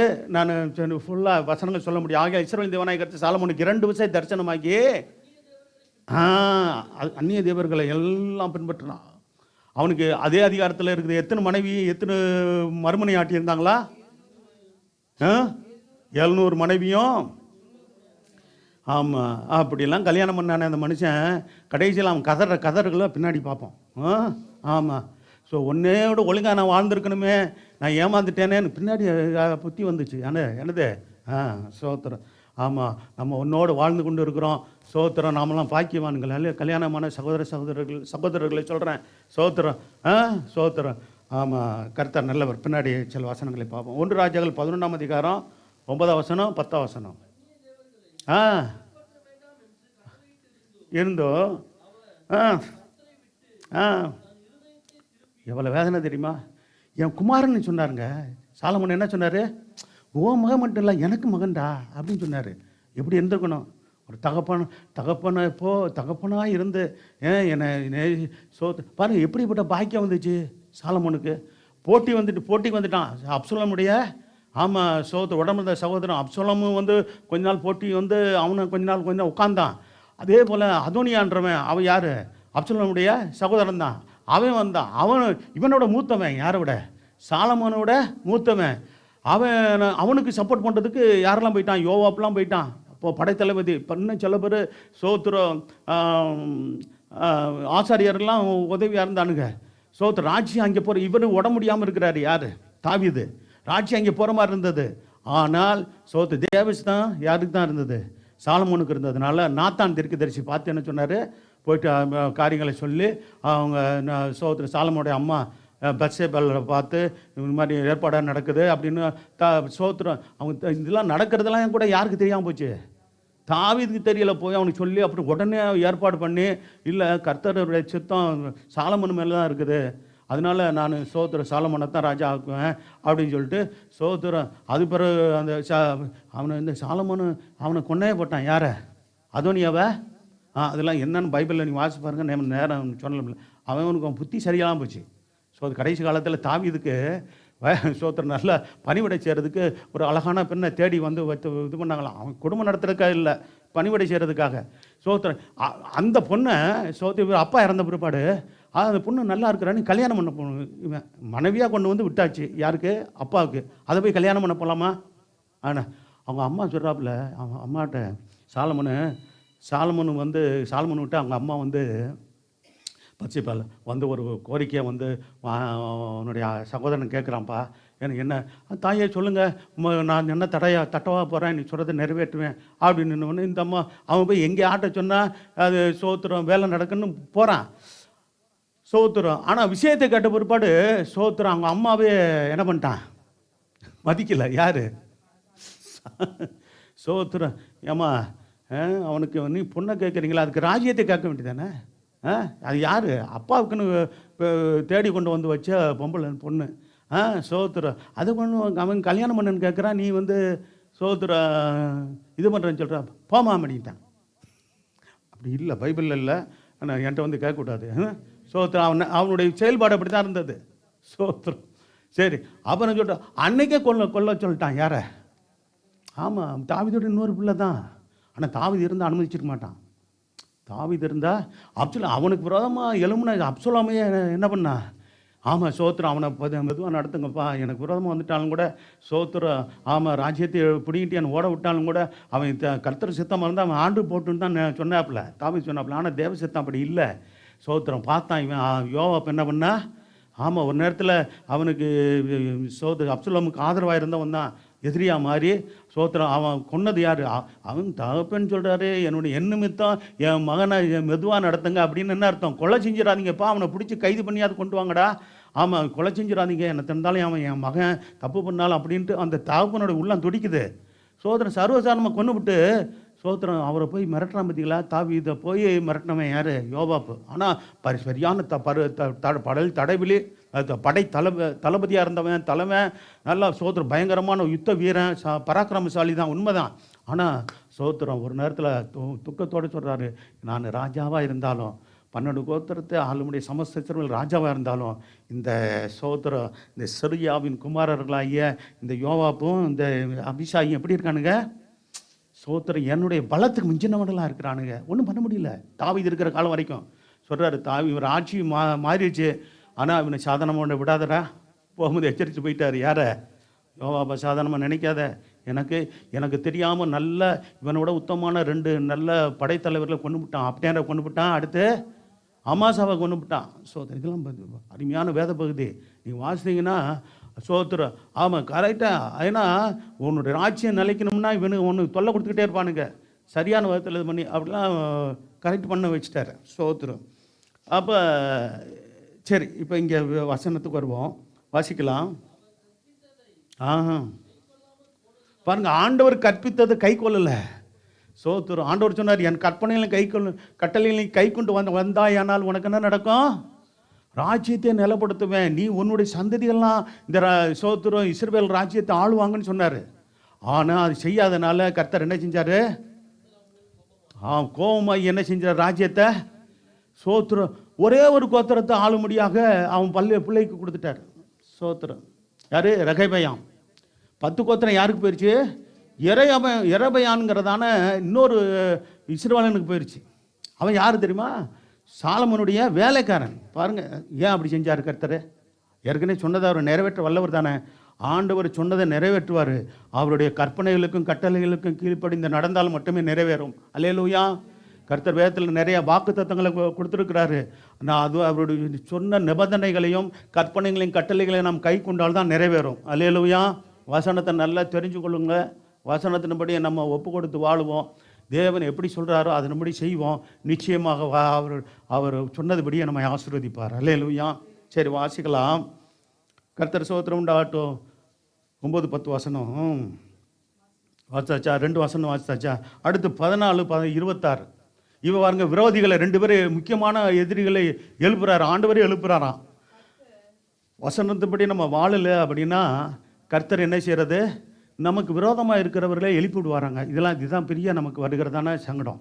நம்மள நினைப்போம், என்ன ஆண்டவரே இதை செய்கிறாரா அப்படின்னா, ஏன்னா நம்ம கர்த்தர் சொல்லி கீழ்ப்படியலாத போது நம்ம சில ஆட்களை அப்படி பொல்லாத ஆட்களை எழுப்பி விட்டு அவங்களுக்கு அப்படிப்பட்டவர்களால் ஒடுக்கப்பட அவர்கள் மூலமாக பாடம் கற்பிக்கப்பட்டு தேவன் பக்கமாக திரும்ப கர்த்தர் செய்கிறார். இதுதான் பல விதத்தில் ஆண்டவர் செய்கிறது. அந்த நிலைமைக்கு நம்ம வந்துடக்கூடாது. நான் சொல்கிறது புரியுதா உங்களுக்கு? ஆண்டவர் சொல்லும் போதே எல்லா ஆலோசனையும் கேட்டு அதன்படி நம்ம நடந்துட்டோம்னா நமக்கு நல்லது, ஆசீர்வாதம். அப்படி இல்லாத பட்சத்தில் நம்ம யார்கிட்ட ஒப்பு கொடுத்துருவாராம்? அன்னைக்கு ஆதாத்து என்னது, சில மனுஷர்கள்ட்ட ஒப்படுத்துவார், இல்லாட்டி சாத்தான்ட்ட ஒப்படுத்துவார்னு இருக்குது. நமக்கு அந்த நிலை வரவே கூடாது. அல்லேலூயா. பயமுறுத்துறதுக்கா சொல்லலை, சத்தியத்தை நான் சொல்கிறேன். சரி, சொல்ல எனக்கு அதுதான் நான் சொல்கிற சத்தியம், எனக்கும் தான். சரி, கர்த்தர் ஸ்தோத்திரம். ஏன்னா எப்படியாவது நம்மளை திருத்தி நல்வழிப்படுத்தி அவரை பக்கமாக கொண்டு வர்றதுக்கு எல்லா வேலையும் அவர் செய்வார். அவர் சர்வ வல்லவர்ல, அது செஞ்சிடுவார் அவர். ஸ்தோத்திரம். சரி, 14 வசனம் 26 வசனத்தை வாசிக்கலாம். ஆமாம், பாருங்க, யார் அவன்? ஏதோமியன், ஏசாவின் சந்ததியான். அவன் ஒரு வலிமையான ஒரு மனுஷனாக உருவாயிட்டான், எதிரியா. வாசிங்க. எழுப்பினார். 14 வசனம். அடுத்து 26. நான் சொல்கிற வசனங்கள் மட்டும் வாசித்தா போதும். சரி. சரி. சரி. யெரொபெயாம் என்னும் சாலமோனின் ஊழியக்காரனும் அடுக்க வச்சது யார்? ஆண்டவரே செஞ்சார். அடுத்து அகியான்கிற தீர்க்கதரிசியை வர வச்சு கர்த்தர் என்ன பண்ணார்? சோத்திரம். ஆமாம், ஒரு சால்வையை 10 துண்டா சோத்திரம். ஆமாம், நீ எத்தனை துண்டு எடுத்துக்க? 10 துண்டு எடுத்துக்க. சோத்திரம். 2 துண்டும் அப்படி தனியாக இருக்கட்டும். சோத்திரம். ஒன்று எருசலேமுக்காகவும் இன்னொன்று தாவீதின் வம்சத்துக்காகவும் ஒன்று இருக்கட்டும்ட்டார். பார்த்தீங்களா? 12 கோத்திரத்தை ஆளுகிற விதமாக கர்த்தர் தாவீது சந்ததியும் கொண்டு வர்றாரு. தாவீது கரெக்டாக நடந்தான், மகனுக்கு கொடுத்தாரு. மகன் சரியாக நடந்து 20 வருஷம் நடந்தான். அது பிறகு நடக்கலை. அதுக்கு அந்த அவனுடைய சோத்திரம் பத்சேபாளுடைய மகன் தான் யார்? சாலமோன். ஆனாலும் கூட அதுக்கு முன்னாடி பிறந்த பிள்ளைய ஆண்டவர் அடித்தாருன்றது தான். சரி, ரைட்டு. இன்னொன்று, இந்த ரெகமியா கல்யாணம் பண்ணானே, அவன் யார்? அம்மோனிய பெம்பளை. யூதஸ்ரீ இல்லை, இஸ்ரவேலர் அல்ல. சோத்திரம். அதாவது ரெகபெயாமுடைய தாய். ரெகபெயாமுடைய தாய்னா யார்? சாலமோனுடைய ஒரு மனைவி. அவன் இஸ்ரவேல் பெண் அல்ல. அவன் நிறைய பெண்களை கல்யாணம் பண்ணான். அம்மோனியர், மோவாபியர், எல்லாம் சுற்றியில் இருக்கிற எல்லா தேசத்தில் இருக்கிற பொம்பளையெல்லாம் இங்கே கொண்டு வந்துட்டான். ஆமாம், சோத்திரம். அவனுடைய கதையை கடைசியில் பார்ப்போம். சோத்திரம். புலம்புல பாருங்களேன். சோத்திரம். அப்படி புலம்பிகிட்டு இருந்த மனுஷன் அந்த புலம்புல தான் எங்கே பார்க்கலாம்? சோத்திரம். பிரசங்கி புத்தகத்தில் பார்க்கலாம். சரி, ரைட். கர்த்தர் சோத்திரம் உண்டாகட்டும். நீங்கள் வாசிக்கலாம். அடுத்து தீங்கிற்கு விலக்கி கர்த்தர் காக்கிறார் என்று பார்க்கணும் இல்லையா? சங்கீதம் 120. சீக்கிரம் நம்ம வாசிட்டு போனோம். 121 அதிகாரம் 5 வசனம், 7 வசனம், 8 வசனம். பாருங்கள், இதெல்லாம் நல்லா அருமையாக நோட் பண்ணிக்கொள்ளுங்க. இதுக்கெல்லாம் விலைக்கு காக்கிறாரு. உங்களுக்கு தெளிவான சத்தியங்களை வேதத்திலேருந்து நேரம் செலவழித்து நிறைய கொண்டு வந்து கொடுக்குறோம். அதை பொறுமையாக கேளுங்க. எனக்கு நேரம் பத்த மாட்டேங்குது. சோத்திரம். நீங்கள் உங்களுக்கு நேரம் பத்துதோ இல்லையோ, எங்களுக்கு ஆக வேண்டிய நேரத்தில் எங்களுக்கு முடிச்சு கொடுத்துருங்க, நாங்கள் வீடு போய் சேரணும். அப்படிலாம் நினச்சில உட்காந்துருக்கிறீங்களா? சோத்திரம். எங்களுக்கு ரொம்ப நேரம்லாம் உட்கார முடியாது, அவ்வளோலாம் பொறுமை கிடையாது. அப்படிலாம் தயவுசெய்து நினைக்காதீங்க. ஒத்துழைப்பு கொடுங்க. ஹல்லேலூயா. ஒரு சில பிள்ளைகளாம் இடையில எழுந்திரிச்சு போயிடுதுங்க. என்ன பெரிய பிஸியான வேலை இருக்கான்னு தெரில. ஒரு பிள்ளை வாலிப பிள்ளை கரெக்டாக ஒரு 8 மணிக்கு கரெக்டாக தெரியுது, எழுந்திரிச்சு போயிடுது. என்ன பண்ண போகுதுன்னு தெரில. சரி, எனக்கு தெரியல, தெரியாதனால சொல்கிறேன். சரி, ஏதோ வேலை இருக்கா அல்லது எதுவும் படிக்கிறாங்களான்னு ஆனவா? சரி, ரைட்டு, என்னமோ இருக்குது போல் இருக்கேன். சரி, நானே சொல்கிறேன், ஆராதனை ஒரு 8:30 மணி நேரம், ஒரு 8 வந்து இருந்துட்டு போக வேண்டியதானே. சகோதரர், ஒரே ஆராதனை வாரத்தில் ஒரு நாள் தான் பிள்ளைங்க வராங்க, பெரும்பாலும் சகோதர சகோதரிகள்லாம் வாரீங்க. அப்போ அது ஒரு 2:30 மணி நேரம் ஆண்டவர் சமூகத்தில் முழுமையாக இருக்க நீங்கள் முடியலைன்னா நான் என்ன சொல்கிறது சொல்லுங்கள். சரி, சொல்லத்தான் முடியும். சரி, அதுக்கு மேலே சொன்னோம்னா நீங்கள் தானே சர்ச்சு, நீங்கள் தானே உங்கள் சபை, எங்களுக்கு வேறு இடம் தெரியாதா அப்படிலாம் கொடி பிடிச்சிடாதீங்க. பாவம் நாங்கள். சோத்தம் வாசிங்க. கர்த்தர் உன்னை காக்கிறவர். கர்த்தர் உங்களுக்கு வலது பக்கத்தில் அவங்க நிழலாக இருக்கிறாரு. கர்த்தர் நம்மை காக்கிறவர். நமது வலது பக்கத்தில் என்ன செய்கிறாரு? நிழலாக இருக்கிறார், பாதுகாப்பாக இருக்கிறார். நிழல். சோத்திரம். அவர் பாருங்க, இந்த நிழல்ன்ற வார்த்தை இன்னொரு இடத்துல பார்க்கலாம். சோத்திரம். காலை சொல்வார், அவர்களை கானானியரை காத்த நிழல் அவர்களை விட்டு விளைச்சி. அப்போ கர்த்தரே ஒரு நேரத்தில் அந்த கானானியரை என்னது நிழல் போல் காத்திருக்கிறார். சோத்திரம். இவர்கள் வந்தோடனே கர்த்தர் சோத்திரம் உண்டாட்டம், அவர்களை வெளியே போயிட்டு வேறு இடங்களுக்கு போங்கன்னு அனுப்பிச்சிட்டார் இல்லையா? கர்த்தருடைய தேசம், உலகம் முழுவதும் கர்த்தருடைய பூமியும் அது நிறைவும் கர்த்தருடையது, உலகமும் அதன் குடிகளும் கர்த்தருடையது. மறக்கவே கூடாது. சோத்திரம். சரி, தப்பாக நம்ம வேதத்தை வாசிக்கும் போது ஏதோ ஒரு இருக்க சோத்திரம் வேறு இடத்துல எதை கொடுக்க முடியாது. வாழ்கிற இடங்களில் சோத்திரம் போக சொல்லிட்டு அங்கே கொடுத்துருக்காரு நீங்கள் நீங்கள்னாலும் நம்ம நினைக்கக்கூடாது. ஏன்னா சர்வத்தை உண்டாக்கினவர், உலகமும் அதன் குடிகளும் கர்த்தருடையது. அதனால் அவர் யாருக்கும் எதையும் கொடுக்கலாம். அவருக்கு ஒரு உண்மை உண்டு, அவருக்கு அதிகாரம் உண்டு. சோத்திரம். 8வது வசனம் கூட வாசிச்சாச்சா? சரி, அடுத்து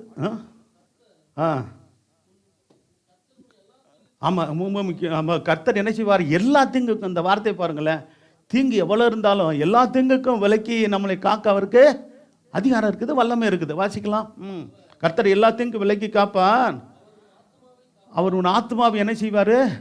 ஆமென், ஹல்லேலூயா. ஆத்மாவை காக்கிற தேவன் கர்த்தர். எல்லா தீங்குக்கும் நம்மை விலக்கி காப்பார். அதோடு கூட முக்கியமாக எதை காக்கிறாரு? ஆமாம், ஆத்மாவை காக்கிறார். ஏன்? என்ன மற்றதெல்லாம் பூமியோட சரி, இந்த ஆத்மா எங்கே வரைக்கும் போக வேண்டியது? நித்தியம் வரைக்கும் போக வேண்டியது. இந்த நித்திய வரைக்கும் போக வேண்டிய ஆத்மாவை காக்கலைன்னா மற்ற எல்லாத்துக்கும் காத்து நமக்கு சோத்திரம் முழுமடையாது. சோத்திரம். அவங்க பூமியில் எல்லா தீங்கு யார் யார் மூலமாக தீங்கு வருதோங்க. ஸோ எத்தனை பேர் எழும்புனாலும் பயப்படாதீங்க. சோத்திரம். பிசாசு எழும்புனாலும், பிசாசு கூட்டம் எழும்புனாலும் பயப்படாதீங்க. மனுஷர்கள் எழும்புனாலும் பயப்படாதீங்க. எல்லா தீங்குக்கும் விலைக்கு காக்கிறவருடைய சமூகத்தில் போய் சோத்திரம் அவருடைய கரத்தை பிடித்து கொள்வோம், அவருடைய பாதத்தை பிடித்து கொள்வோம். அவர் காப்பாற்றி நடத்துவார். அல்லேலூயா. இதுதான் நமக்கு உள்ளது, தேவன் வைத்திருக்கிறது. சரி, கர்த்தர் சோத்திரம் உண்டா. 1 நாளாகவும் 4:10 சோத்திரம். அவர் வருங்க ஒரு சோத்திரம் யாபேசு ஜெபிக்கிறார்ல, அதில் முக்கியமான ஜெபம் என்னது? என்னை தீமைக்கு விலக்கி காத்திரல்னு சொல்கிறாரா? சோத்திரம். வாசிக்கலாம். யாபேஸ் இஸ்ரவேலின் தேவனை நோக்கி, தேவரீர் என்னை ஆசீர்வதித்து என் எல்லையை நீங்கள் என்ன செய்யுங்க? பெரிதாக்குங்க. பாருங்க போது கரம் என்னோடு இருக்கணும். நல்ல கருத்தான ஜெபம். இதை பாருங்க நீங்கள் சோத்திரம். இதை நம்ம மனப்பாடமாக சொல்லணும். எப்படி சொல்லணும்? சோத்திரம். இது நாங்கள் விசுவாசியாக இருக்கும்போதே மனப்பாடம் பண்ணி வச்சுருந்தோம். என்ன எல்லாம் மனப்பாடமாக சொல்ல தெரியுமா அந்த வார்த்தை? சொல்லுங்கள் பார்ப்போம்.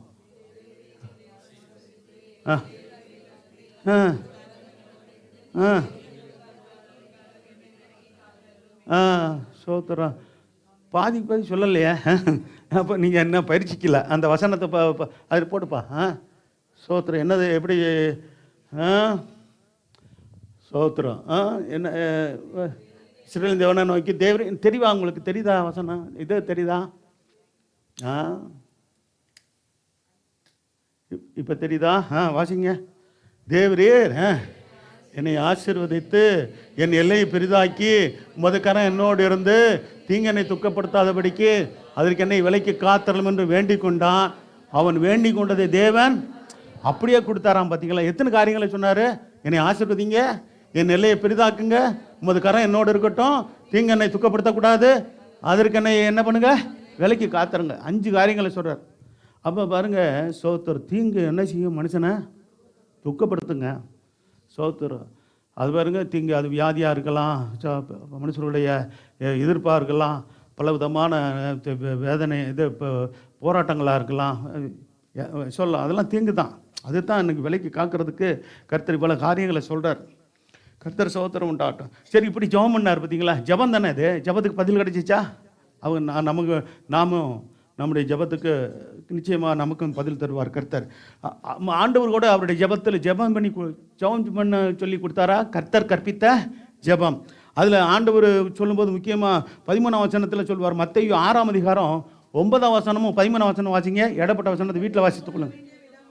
ஆண்டவர் என்ன சொன்னார்? நீங்கள் பாருங்கள், இது மாடல் ஜெபம், ஆண்டவர் கற்றுக் கொடுத்த மாதிரி ஜெபம். வாசிக்கலாம். நீங்கள் ஜெபம் பண்ண வேண்டிய விதமாவது, பரமண்டலங்களில் இருக்கிற எங்கள் பிதாவே,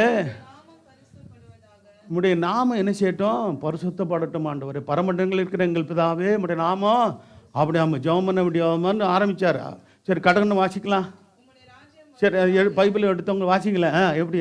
உம்முடைய ராஜ்யம் வருவதாக, பரலோகத்தில் செயல்படுவதாக, எங்களுக்கு வேண்டிய ஆகாரத்தை எங்களுக்கு தாரும், எங்கள் கடனாளிகளுக்கு நாங்கள் மன்னிக்கிறது போல.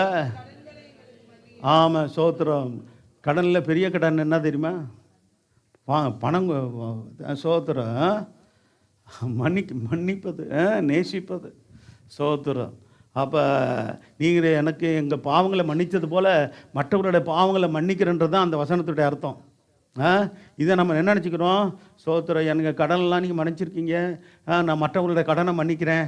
சோத்திரம். அப்படி மன்னிச்சிட்டா கூட அது நல்ல காரியம்தான். கடன் கொடுக்கல வாங்கலாம் வச்சுக்கிட்டு இருக்கீங்களா? சபைக்கெல்லாம் வச்சுக்கவே கூடாது, அதெல்லாம் அவங்க கேட்ட பழக்கம்.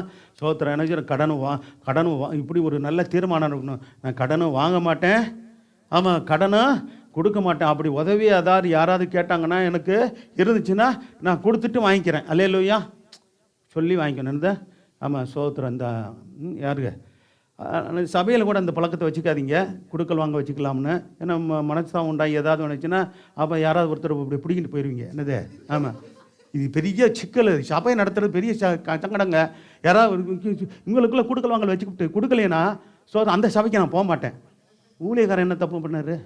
சபை என்ன தப்பு பண்ணிச்சு? நீங்கள் பண்ண தப்புக்கு அந்த சபைக்கு நான் போக மாட்டேன். ஏன்னா சோத்திரம், அது கடன் வாங்கினது கொடுக்கல, அல்லது கொடுத்தது நீ வாங்க முடியல, வாங்க தெரியல, எதுக்கு கொடுத்த? என்ன கடனே கொடுக்கூடாதுன்னு வேதனை இருக்குதுல்ல. நானே சொல்கிறேன், அப்படி உதவிக்கு கொடுக்கணும்னு நினைச்சின்னா. ஆமாம், சோத்திரம். ஆமாம், சரி, இந்தாங்க இந்த ஒரு இது கொடுக்குறேன், நீங்கள் இது கொடுத்தாலும் சரி கொடுக்கலனாலும் சரி உதவியாக கொடுக்குறேன், இது ஒரு தடவை கொடுக்குறேன், அதுக்கு மேலே இல்லை, நீ என்கிட்ட கேட்காதீங்க அப்படின்னு கொடுத்தீங்கன்னா, ஒரு அவசரத்துக்கு ஒரு கஷ்டத்துக்குன்னு ஒரு கொடுக்குறீங்கன்னா சோத்திரம், அப்படி ஒரு பிறந்தன்மையாக கொடுத்துருங்க. பெரும்பாலும் வராது, வர்றதில்லை. சோத்திரம். ஏன்னா எனக்கு கஷ்டத்தை தானே வாங்கினேன், கொடுக்க முடிஞ்சிருந்தா ஏன் வாங்கியிருப்பேன்? ஆமாம், அந்த நேரத்தில் சொன்னேன், என்னால் முடியல, என்ன பண்ணுறது அப்படின்னு வாங்க. அதுக்கு முதல்ல அப்படி சொல்கிறது நல்லது. ஆனாலும் கூட சபைக்குள்ளே வேண்டாம். அல்லேலூயா. ஆமாம், இதில் பெரிய சிக்கலாக இருக்குது, பல விதமான பிரச்சனைகள் பார்த்துருக்கிறதுனால தான் சொல்கிறேன். சரி, வேண்டாம். பாருங்கள், இதெல்லாம் ஒரு சோதனை. எங்களை சோதனைக்கு உட்படாத பண்ணிக்கு தீமையிலிருந்து என்ன பண்ணுங்க? அப்போ பாருங்கள், தீமையிலிருந்து ரட்சித்துக் கொள்ளுங்கன்னு ஆண்டவர் ஜெபம் பண்ண சொன்னார்ல. அப்போ பாருங்கள், ராஜ்யமும் வல்லமையும். ஆமாம், பாருங்கள், இந்த பகுதியைவே நீங்கள் சோத்திரம். மத்தேயு 6ஆம் அதிகாரம் 9லேருந்து 13 வசனம். அதே சமயத்தில் லூக்கா புத்தகத்திலே இருக்குது ஆண்டவர் கற்பித்த ஜெபம். பாருங்கள், இதை மனப்பாடமாக நீங்கள் பண்ணி கூட இதிலிருந்தே நீங்கள் என்ன பண்ணலாம்? ஜெபத்துக்கு ஆமாம் வார்த்தைகளை எடுக்கலாம். சோத்திரம். அது குறித்து விளக்கியே என்ன பண்ணலாம்? சில காரியங்களை வேதத்திலேருந்து நம்ம தியானிக்கலாம். அது சோத்திரம். அதை நீங்கள் அப்படி தியானித்து பழகுங்க. கர்த்தர் சோத்திரம் உண்டா. அடுத்த அழிவிற்கு மரணத்திற்கு விலைக்கு திருப்தி ஆக்குகிறார். சங்கீதம் நம்ம வாசித்த 103ஆம் அதிகாரம் 4லேருந்து 6 வசனத்தை வாசிங்க. சங்கீதம் 103ஆம் அதிகாரம் 4. ஆண்டவரே, என் பிராணனை என்ன செய்றீங்க? அழிவுக்கு விலைக்கு மீட்டு. ஆமாம், என்ன செய்கிறார்? நம்மை என்னையும் உங்களையும் கிருபையினாலும் இரக்கங்களினாலும் முடிசூட்டி உங்களை நன்மையினாலும் நம்ம வாயை என்ன செய்கிறாரா? திருப்தியாக்கி கழுகுக்கு சமானமாய் திரும்ப என்ன செய்தான்? வாழ வயது போலாகிறது. ஆமென், அல்லேலூயா. கர்த்தர் சோத்திரம் உண்டாகட்டும். சரி, ஒடுக்கப்படுகிற யாவருக்கும் கர்த்தர் என்ன செய்கிறாரு?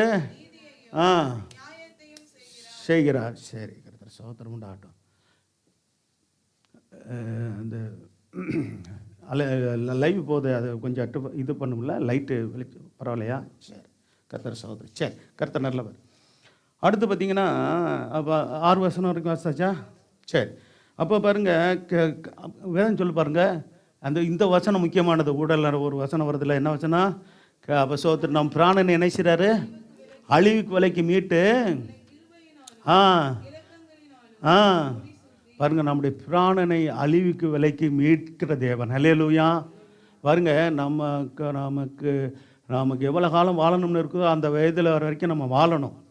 இடையில ஒரு சில சோத்திர போராட்டங்கள் வந்து நமக்கு ஒரு சிலர் பாருங்கள், சோத்திர வேதத்தில் சொல்கிற இரத்த பிரியரும் சூதுல மனுஷனும் தங்கள் ஆயுசு நாட்களில் பாதி ஆய்களும் என்ன செய்கிறதில்ல, போகிறதில்ல. அப்போ ரவுடிகள் நீங்களாம் பார்க்குறீங்களா? சோத்திரம் அந்த கொலைகாரர்லாம் பாருங்கள், சோத்திரம் துப்பாக்கி எடுத்த ஆளுங்க அல்லது கத்தி எடுத்த ஆளுங்க, சோத்திரம் நல்ல மரணம் வருதா? சோத்திரம் வரதில்லை. பாருங்கள், இதில் பெரிய பெரிய யுத்தங்களில் கூட பார்க்குறோம், நிறைய பேரை கொள்கிறாங்களே, சோத்திரம். அப்போ பாருங்கள், அவங்களுக்கெல்லாம் நல்ல மரணமாக வருது. சோத்திரம். சரி, அப்போ பாருங்கள், வேதம் சொல்கிறது எவ்வளோ உறுதி பற்றிகளா? அதுக்கு தான் ஆண்டவர் சொன்னார். ஆண்டவர் ஒரு வார்த்தை சொன்னார், பட்டயத்தை என்ன பண்ணாது, எடுக்காத, எடுத்தாமல் பட்டயத்தை எடுத்தவன் பட்டயத்தால் சாவம் அடிவான்னு சொன்னார். தொடவே கூடாது. சோத்திரம். கர்த்தருக்கு மகிமை உண்டாகட்டும். அப்போ வாசிக்கலாம். 1 கொரிந்தியர் 1ஆம் அதிகாரம் 9ஆம் வசனம் 10ஆம் வசனத்தை வாசிங்க. 1 கொரிந்தியர் 1ஆம் அதிகாரம் 9ஆம் வசனம் 10ஆம் வசனம்.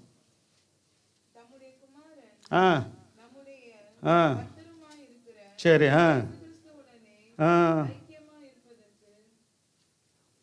அதான் 1 கொரிந்தியர் 1ஆம் அதிகாரம் 9-10 வசனமா? சோத்திரம். அதாவது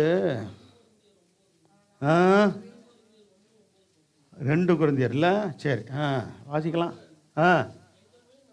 அதே தான், அந்த வசனம் தான். 2 கொரிந்தியர். சரி. நாங்கள் எங்கள் மேல் நம்பிக்கை இராமல் மருத்துவர் என்ன செய்யணும்? நீங்களும் நானும் யார் மேலே நம்பிக்கை இருக்கக்கூடாது? நம்மளே நம்பிக்கை வைக்கக்கூடாது. அப்படி யார் மேலே தான் நம்பிக்கை வைக்கணுமா? மருத்துவரை உயிரோர்ந்து எழுப்புகிற கர்த்தர் மேலே, ஆண்டவர் மேலே நம்பிக்கை வைத்து என்ன செய்யணும்? பாருங்கள், சோத்திரம். பெரிய பரிசுத்தவான், பெரிய அப்போஸ்தலன். அவர் சொல்கிறாரு, மரணம் வரும்னு எங்களுக்கு நினச்சிருந்தான், சூழ்நிலை அப்படி தான் இருந்துச்சு. ஆனால் நல்லா சொல்கிறேங்க நீங்கள், வாசிங்க. அப்படிப்பட்ட மரணத்திலிருந்தும் என்ன செஞ்சார்? அவர் தப்பிவித்தார், இப்பொழுதும் தப்பி வைக்கிறார், இன்னும் தப்பி வைப்பார். நம்முடைய ஆயுசு காலம் வரைக்கும் நம்ம இது பண்ணுவார். இடையில மரண போராட்டம் வரலாம். ஏன்னா இதெல்லாம் சந்திச்சிருக்கிறேன். 55 வயதுலேருந்து 55-56 வயதில் சில மரண போராட்டங்களை நான் சந்தித்தேன். அதுலேருந்து என்னை காப்பாற்றி வச்சிருக்கிறார். ஹல்லேலூயா. ஆமாம், சோத்திர. கர்த்தர் வர வரைக்கும் ஊழியம் செய்யணும், இப்படிலாம் நமக்கு ஒரு விருப்பம் உண்டு. தேவ சித்தம். நம்ம எவ்வளோ காலம்னு இருக்குன்னு தெரியாது, ஆனால் இருக்கிற காலம் வரைக்கும் இந்த கர்த்தருக்காக நல்ல தீவிரமாக செயல்படுவோம். ஹல்லேலூயா. கர்த்தர் சோத்திரம் உண்டாகட்டும். 10ஆவது வசனம் வாசிச்சாச்சா? இன்னும் தப்பிப்பார் என்று என்ன செய்கிறோம்? நம்பி இருக்கிறோம். ஆமென். ஹல்லேலூயா. சோத்திரம். அதே வேளையில் பாருங்க சகோதரி, இந்த சாரால் அவங்களுக்கு பாருங்கள், திடீர்னு இப்போ சோத்திர படபடப்புன்னு வந்து கொண்டு போய் அட்மிட் பண்ண, இது இசிஜி எடுத்து பார்த்தா அதில் ஹார்ட்டில் ப்ராப்ளம் இருக்குன்னு தெரியுது. அங்கே கொண்டு போனால் அங்கே போய் அட்மிட் பண்ணாங்க. இது ஓமந்துரார் ஆஸ்பத்திரியில். அங்கே உள்ள டாக்டருக்கு செக் பண்ணிட்டு என்ன சொன்னாங்க? ஆமாம், ஹார்ட் அட்டாக் வந்திருக்குது, சிவியராக வந்திருக்குது. கொஞ்சம் குறிப்பிட்ட நேரம் தான் டைம் கொடுக்க முடியும். எல்லாம் ஒரே பதட்ட தகவல் வந்து நம்மெல்லாம் ஊக்கமாக நம்ம ஜெபம் பண்ணோம். நைட்டு வந்துச்சு, சோத்திர தகவல் வந்துச்சு. சிஸ்டர் ஜெபம் பண்ணிவிட்டு அன்றைக்கி நைட்டு ஜெபம் 10:30 தான் வர்றாங்க. இரவு ஜெபம். நல்லா கவனிங்க. சோத்திரம். சபை மக்களுக்காக நாங்கள் எவ்வளோ பிரயாசப்படுறோம், ஜெபம் பண்ணுறோன்றது. அந்த சபையில் அப்படி ஒத்துழைக்கிற சில சகோதரிமார்கள் இருக்கிறீங்க. சோத்திரம். ஜபத்தில் ஒத்துழைக்கிற உடனே வாலிப பிள்ளைகளுக்கெல்லாம் அனுப்பி உடனே அவங்களுக்காக ஊக்கமாக அன்றைக்கி நைட்டே ப்ரேயர் நடந்துச்சா? யார் யார் ஜபிச்சவங்க கை வாத்துங்க பார்ப்போம். என்னண்ணா ஒருத்தரேங்கண்ணா? என்னப்பா நான் சபையில் நல்ல ஃபோனில் ஜெபிச்சவங்க. சரி, தைரியம் எழுப்புங்கப்பா. ஃபோனில் ஜெபிச்சிங்களா? அது என்ன சொல்கிறது? கான்ஃபரன்ஸ் காலில் அன்றைக்கி நைட்டு 12:30 மணிக்கு அந்த பிள்ளை இந்த தாய்க்காக இப்படி சீட்டு ரொம்ப தாங்க முடியாமல் ஓவர் அழுகாது. சோத்துரு. ரொம்ப சீரியஸ்னு சொல்லிட்டாங்க. சோத்திரம் ரொம்ப இது பண்ணிட்டாங்க. என்னது டைம்லாம் கொடுத்துட்டாங்க அப்படின்ட்டு பயந்துட்டாப்புல. சோத்திரம். அப்புறம் ஊக்கமாக அன்னைக்கு ஜெபம் பண்ணோம். பாருங்கள், தேவன் நிலைமை அப்படியே மாற்றினார். அல்லேலூயா. அப்போ சோத்திரம். அபாய கட்டம் வரைக்கும் இருக்கிறாங்க. டாக்டர் ஒரு 2 நாள் கழிச்சு சொல்லிட்டு அபாய கட்டத்தை தாண்டிட்டாங்க, ட்ரீட்மெண்ட் அப்படின்னு சொல்லிட்டாங்க. பார்த்தீங்களா? சோத்திரம். சிலருக்கு ஹார்ட் அட்டாக், சிவியர் அட்டாக்குன்னு போது அது ரொம்ப இதுதாங்க. கேள்விப்பட்டீங்களா? சிவியர் அட்டாக்னா பெரும்பாலும் போயிடுவாங்க. அப்படிலாம் உண்டு. அப்போ கர்த்தர் சோதனை உண்டு. ஆனால் அப்படிப்பட்ட சூழ்நிலையில் சோதனை டைம்லாம் கொடுத்தும் கர்த்தர் பாதுகாத்து ஜெபந்தான். ஜெபம் நான் அதுக்கு தான் சொல்கிறது, நல்ல ஜெபத்தை கூட்டுங்க. எப்பேற்பட்ட ஆபத்துலேருந்து கர்த்தர் நமக்கு உதவி செய்வார். அப்படி எந்த சூழ்நிலையும், எந்த நைட்டாக இருந்தாலும் சொல்லுங்கள், சோத்திரம். உடனே ஃபோன் பண்ணி சொல்லுங்கள், அதுக்கிட்ட ஏற்பாடு பண்ணுவோம். நைட்டு 12:30 மணிக்கு சோத்திரம். இப்படிப்பட்ட நிலைமை இருந்த பிற்பாடு சகோதரி அந்த பிள்ளை அழுகிற இதை வேதனையை பார்த்துட்டு நேரடியாக போய் அவளை பார்த்து என்ன பண்ணுவோம், ஆமாம் சோத்திரம் ஜெபம் பண்ணி ஆறுதல் படுத்திட்டு வரோம்ட்டு. நைட்டு தம்பி அருண் கார் எடுத்துகிட்டு வந்தான், சகோதரி வந்தாங்க. சோத்திரம் 3 பேரும் போயிட்டு வந்தது. போய் அங்கே போய் இருந்து 4:30 மணிக்கு வந்தாங்க. ஒரு ஆத்மாக்குக்காக, சபையில் உள்ள குடும்பங்களுக்காக ஊழியர்களோடு இணைஞ்சி செயல்படுகிற கர்த்தருடைய பிள்ளைகள் இருக்கிறாங்க. ஹல்லேலூயா. எல்லாம் சபையில் உள்ள பல பேரை சொல்ல முடியாது, கூப்பிட முடியாது. நீங்கள் சங்கடப்படுவீங்க. இந்த நேரத்தில் நல்ல தூக்க நேரத்தில் வந்து எழுப்புறாங்களே, சரி வீட்டில் நாங்கள் ஜெபம் பண்ணிக்கிறோம். அதிகபட்சமாக நீங்கள் ஒரு சில பெரும்பாலர் அப்படி தான் சொல்லுவீங்க. பெரும்பாலர் அப்படி தான், இல்லை வேறு காரணம் சொல்லுவீங்க, என்னால் வர முடியாத சூழ்நிலைன்னு சொல்லுவீங்க.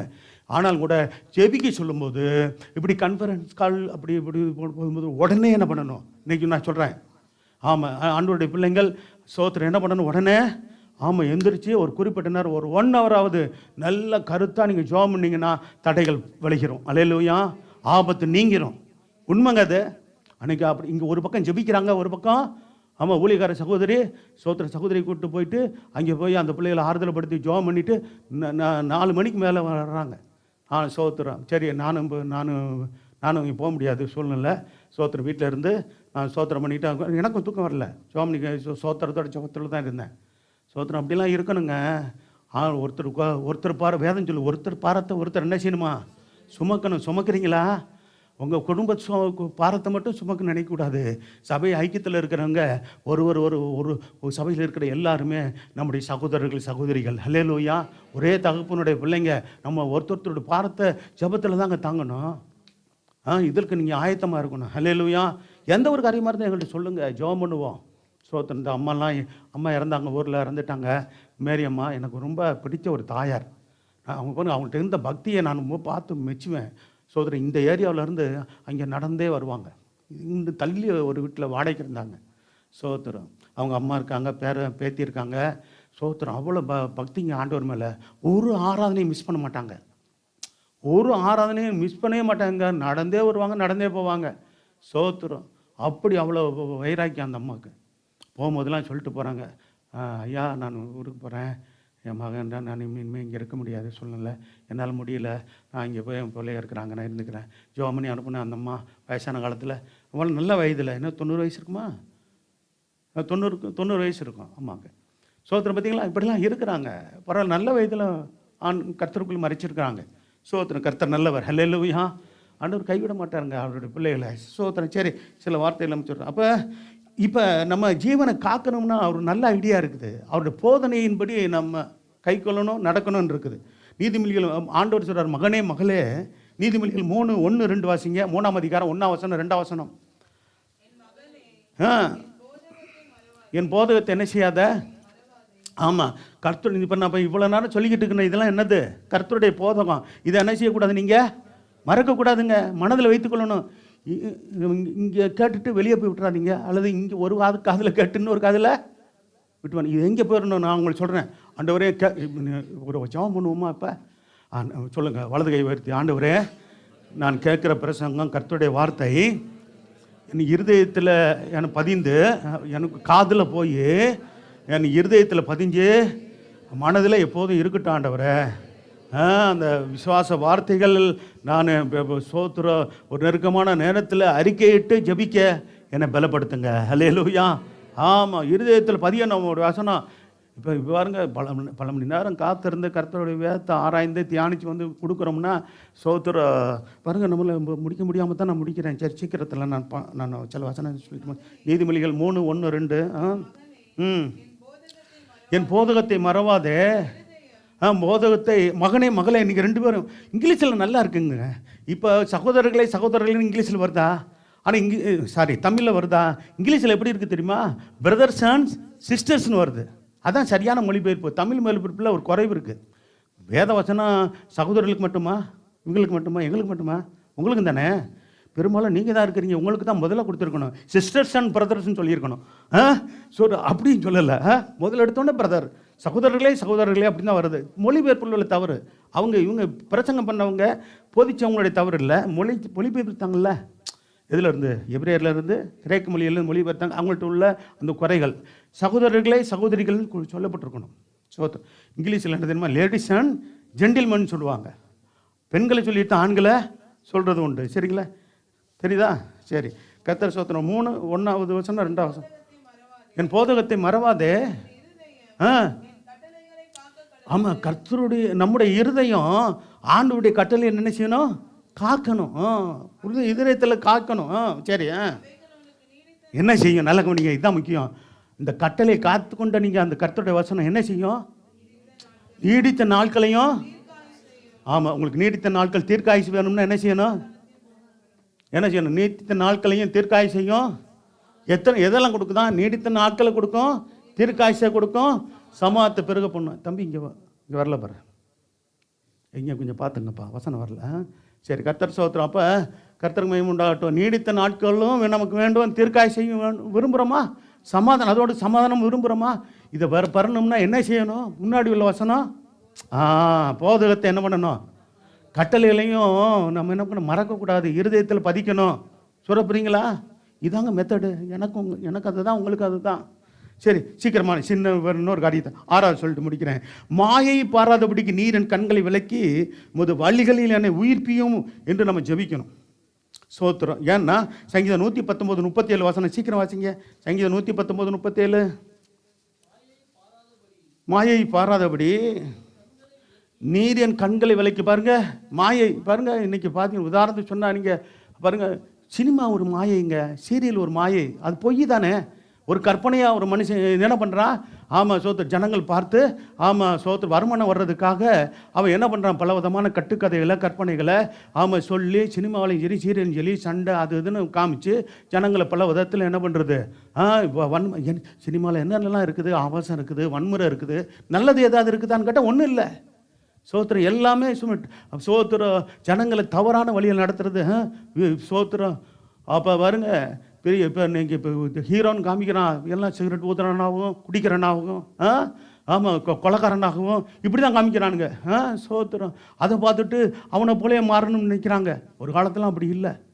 சோத்திரம். ஆமாம், ஒரு நடிகர் தலைவராக இருந்தார் சோத்திரம். தமிழகத்தில் சோத்திரம் முதல்வராக இருந்தார். சரி, சோத்திரம். எம்ஜிஆர் படங்கள்லாம் படத்தில் பார்த்துருப்பீங்க. அப்போ சோத்திரம் நாங்களாம் இப்போ ரிச்சிக்கு முன்னாடி பார்த்த ஆளுங்க தான்.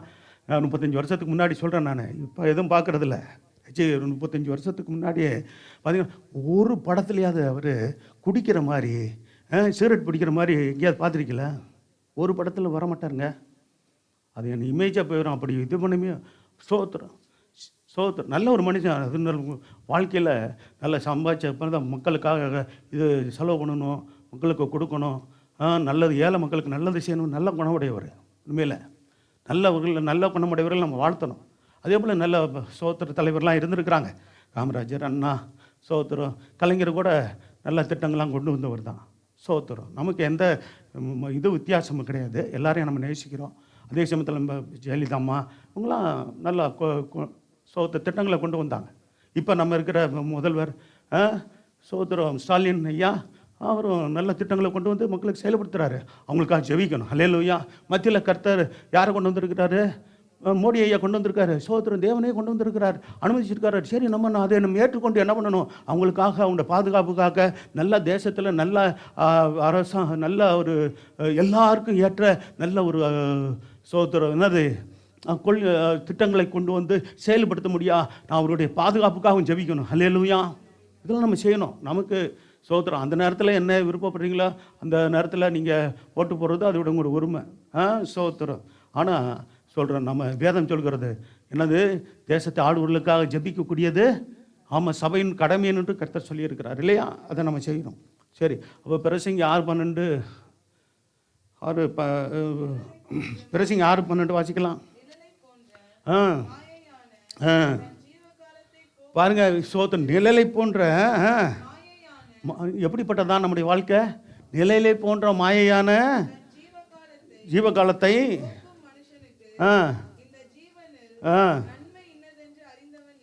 நன்மை இன்னதென்று அறிந்தவன் யார்? நன்மை இன்னதென்று அறியணும். நன்மை யாரு? நம்முடைய ஆண்டவர் தான் நன்மை செய்ய முடியும்.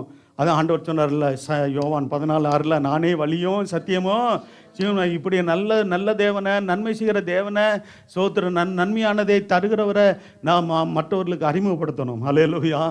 ஆண்டவர் தான் யார் இருக்கிறாரு? வழியும், ஆமாம், சத்தியமாக இருக்கிறார், ஜீவனாக இருக்கிறார். நித்திய ஜீவனை தருகிறவர் அவர் தான். நம்ம ரட்சகர் அவர் தான். பாவத்திலிருந்து, சாபத்திலிருந்து, பிசாசின்படியிலிருந்தோம் அதாவது பாதாள அக்கினியிலிருந்து நம்ம விடுதலையாக்க வல்லமை உடையவர் அவர் தான். நம்ம விடுவித்தார், மற்றவர்களையும் விடுவிக்க வல்லமை குறித்து நம்ம சொல்கிறது தான் நன்மை. சரி, இப்போ சரி, அடுத்து பார்த்தீங்களா, பிரசங்கி 9:9 வாசிக்கலாம். பிரசங்கி 9.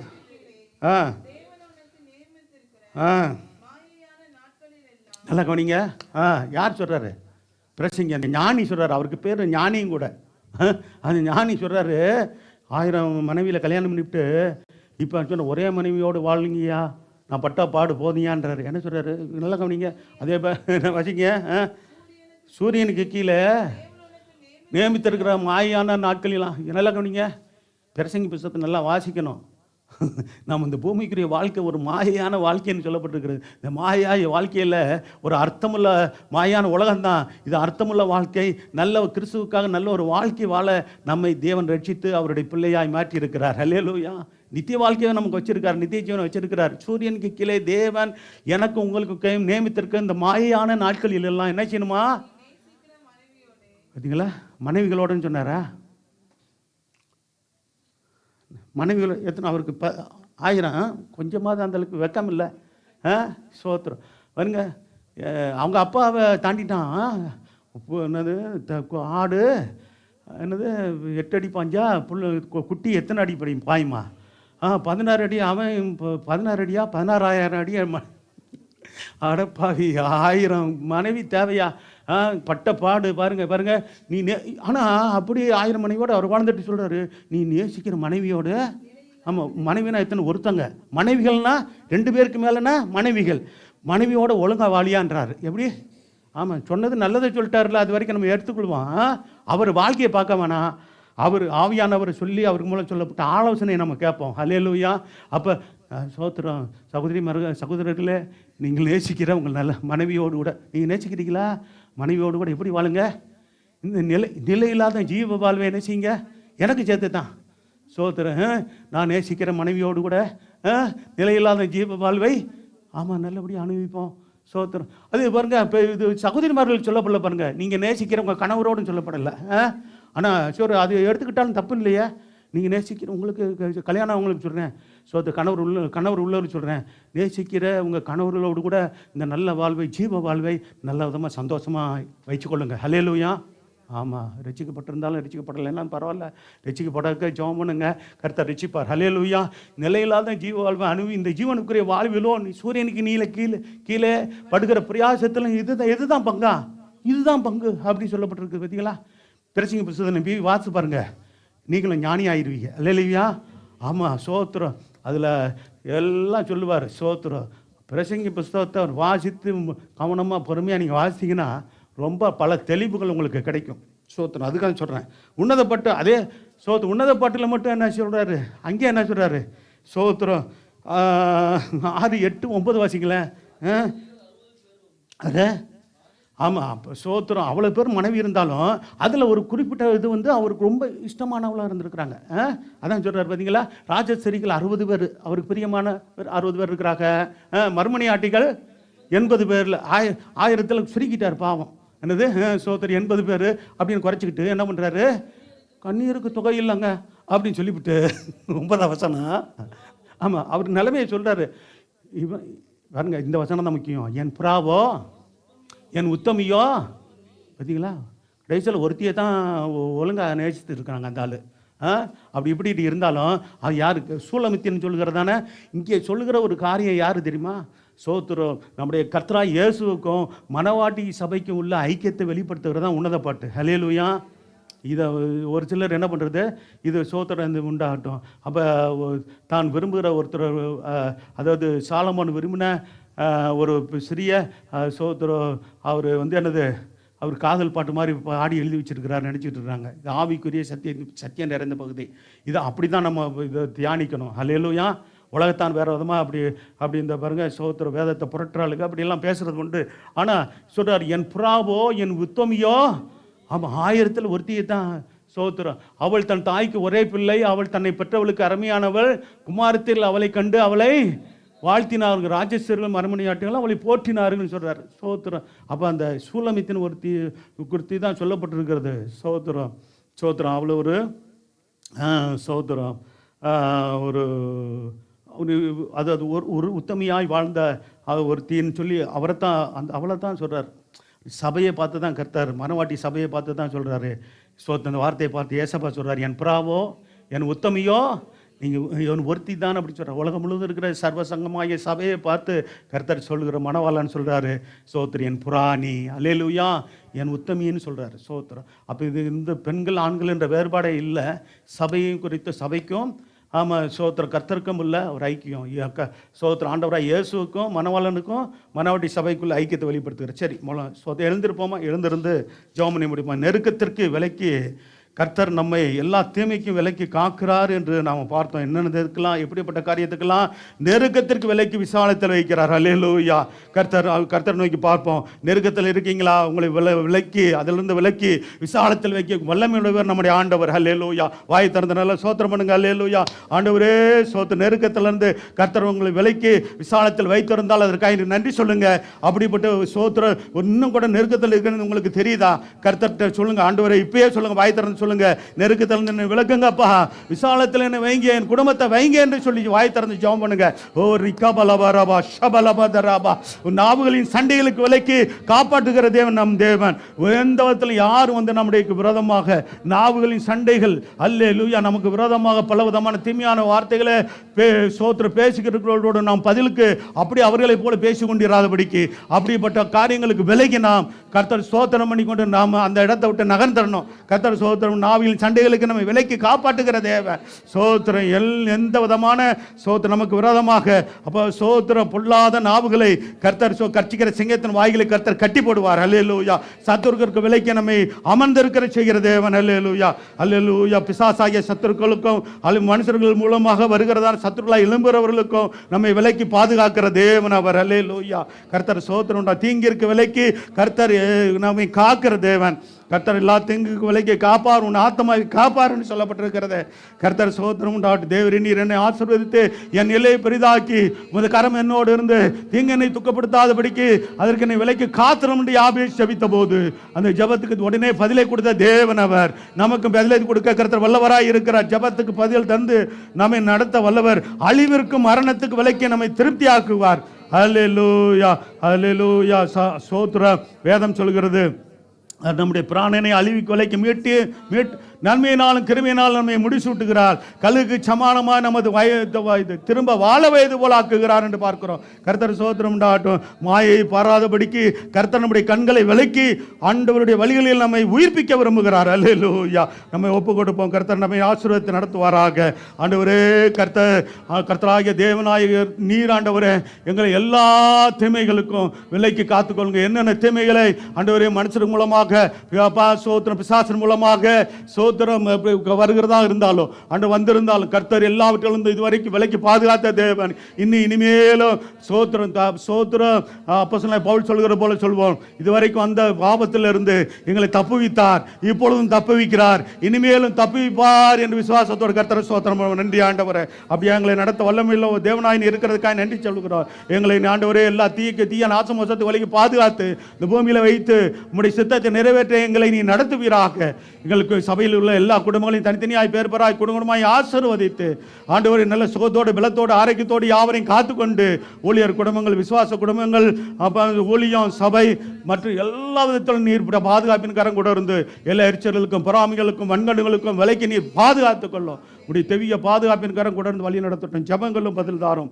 இயேசு நாமத்தில் வேண்டிக் கொள்கிற நல்ல பிதாவே ஆமென். என் ஆத்துமாவே கர்த்தரை ஸ்தோத்திரி, என் முழு உலமையோட பரசுநாமத்தை ஸ்தோத்திரி. என் ஆத்துமாவே கர்த்தரை ஸ்தோத்திரி.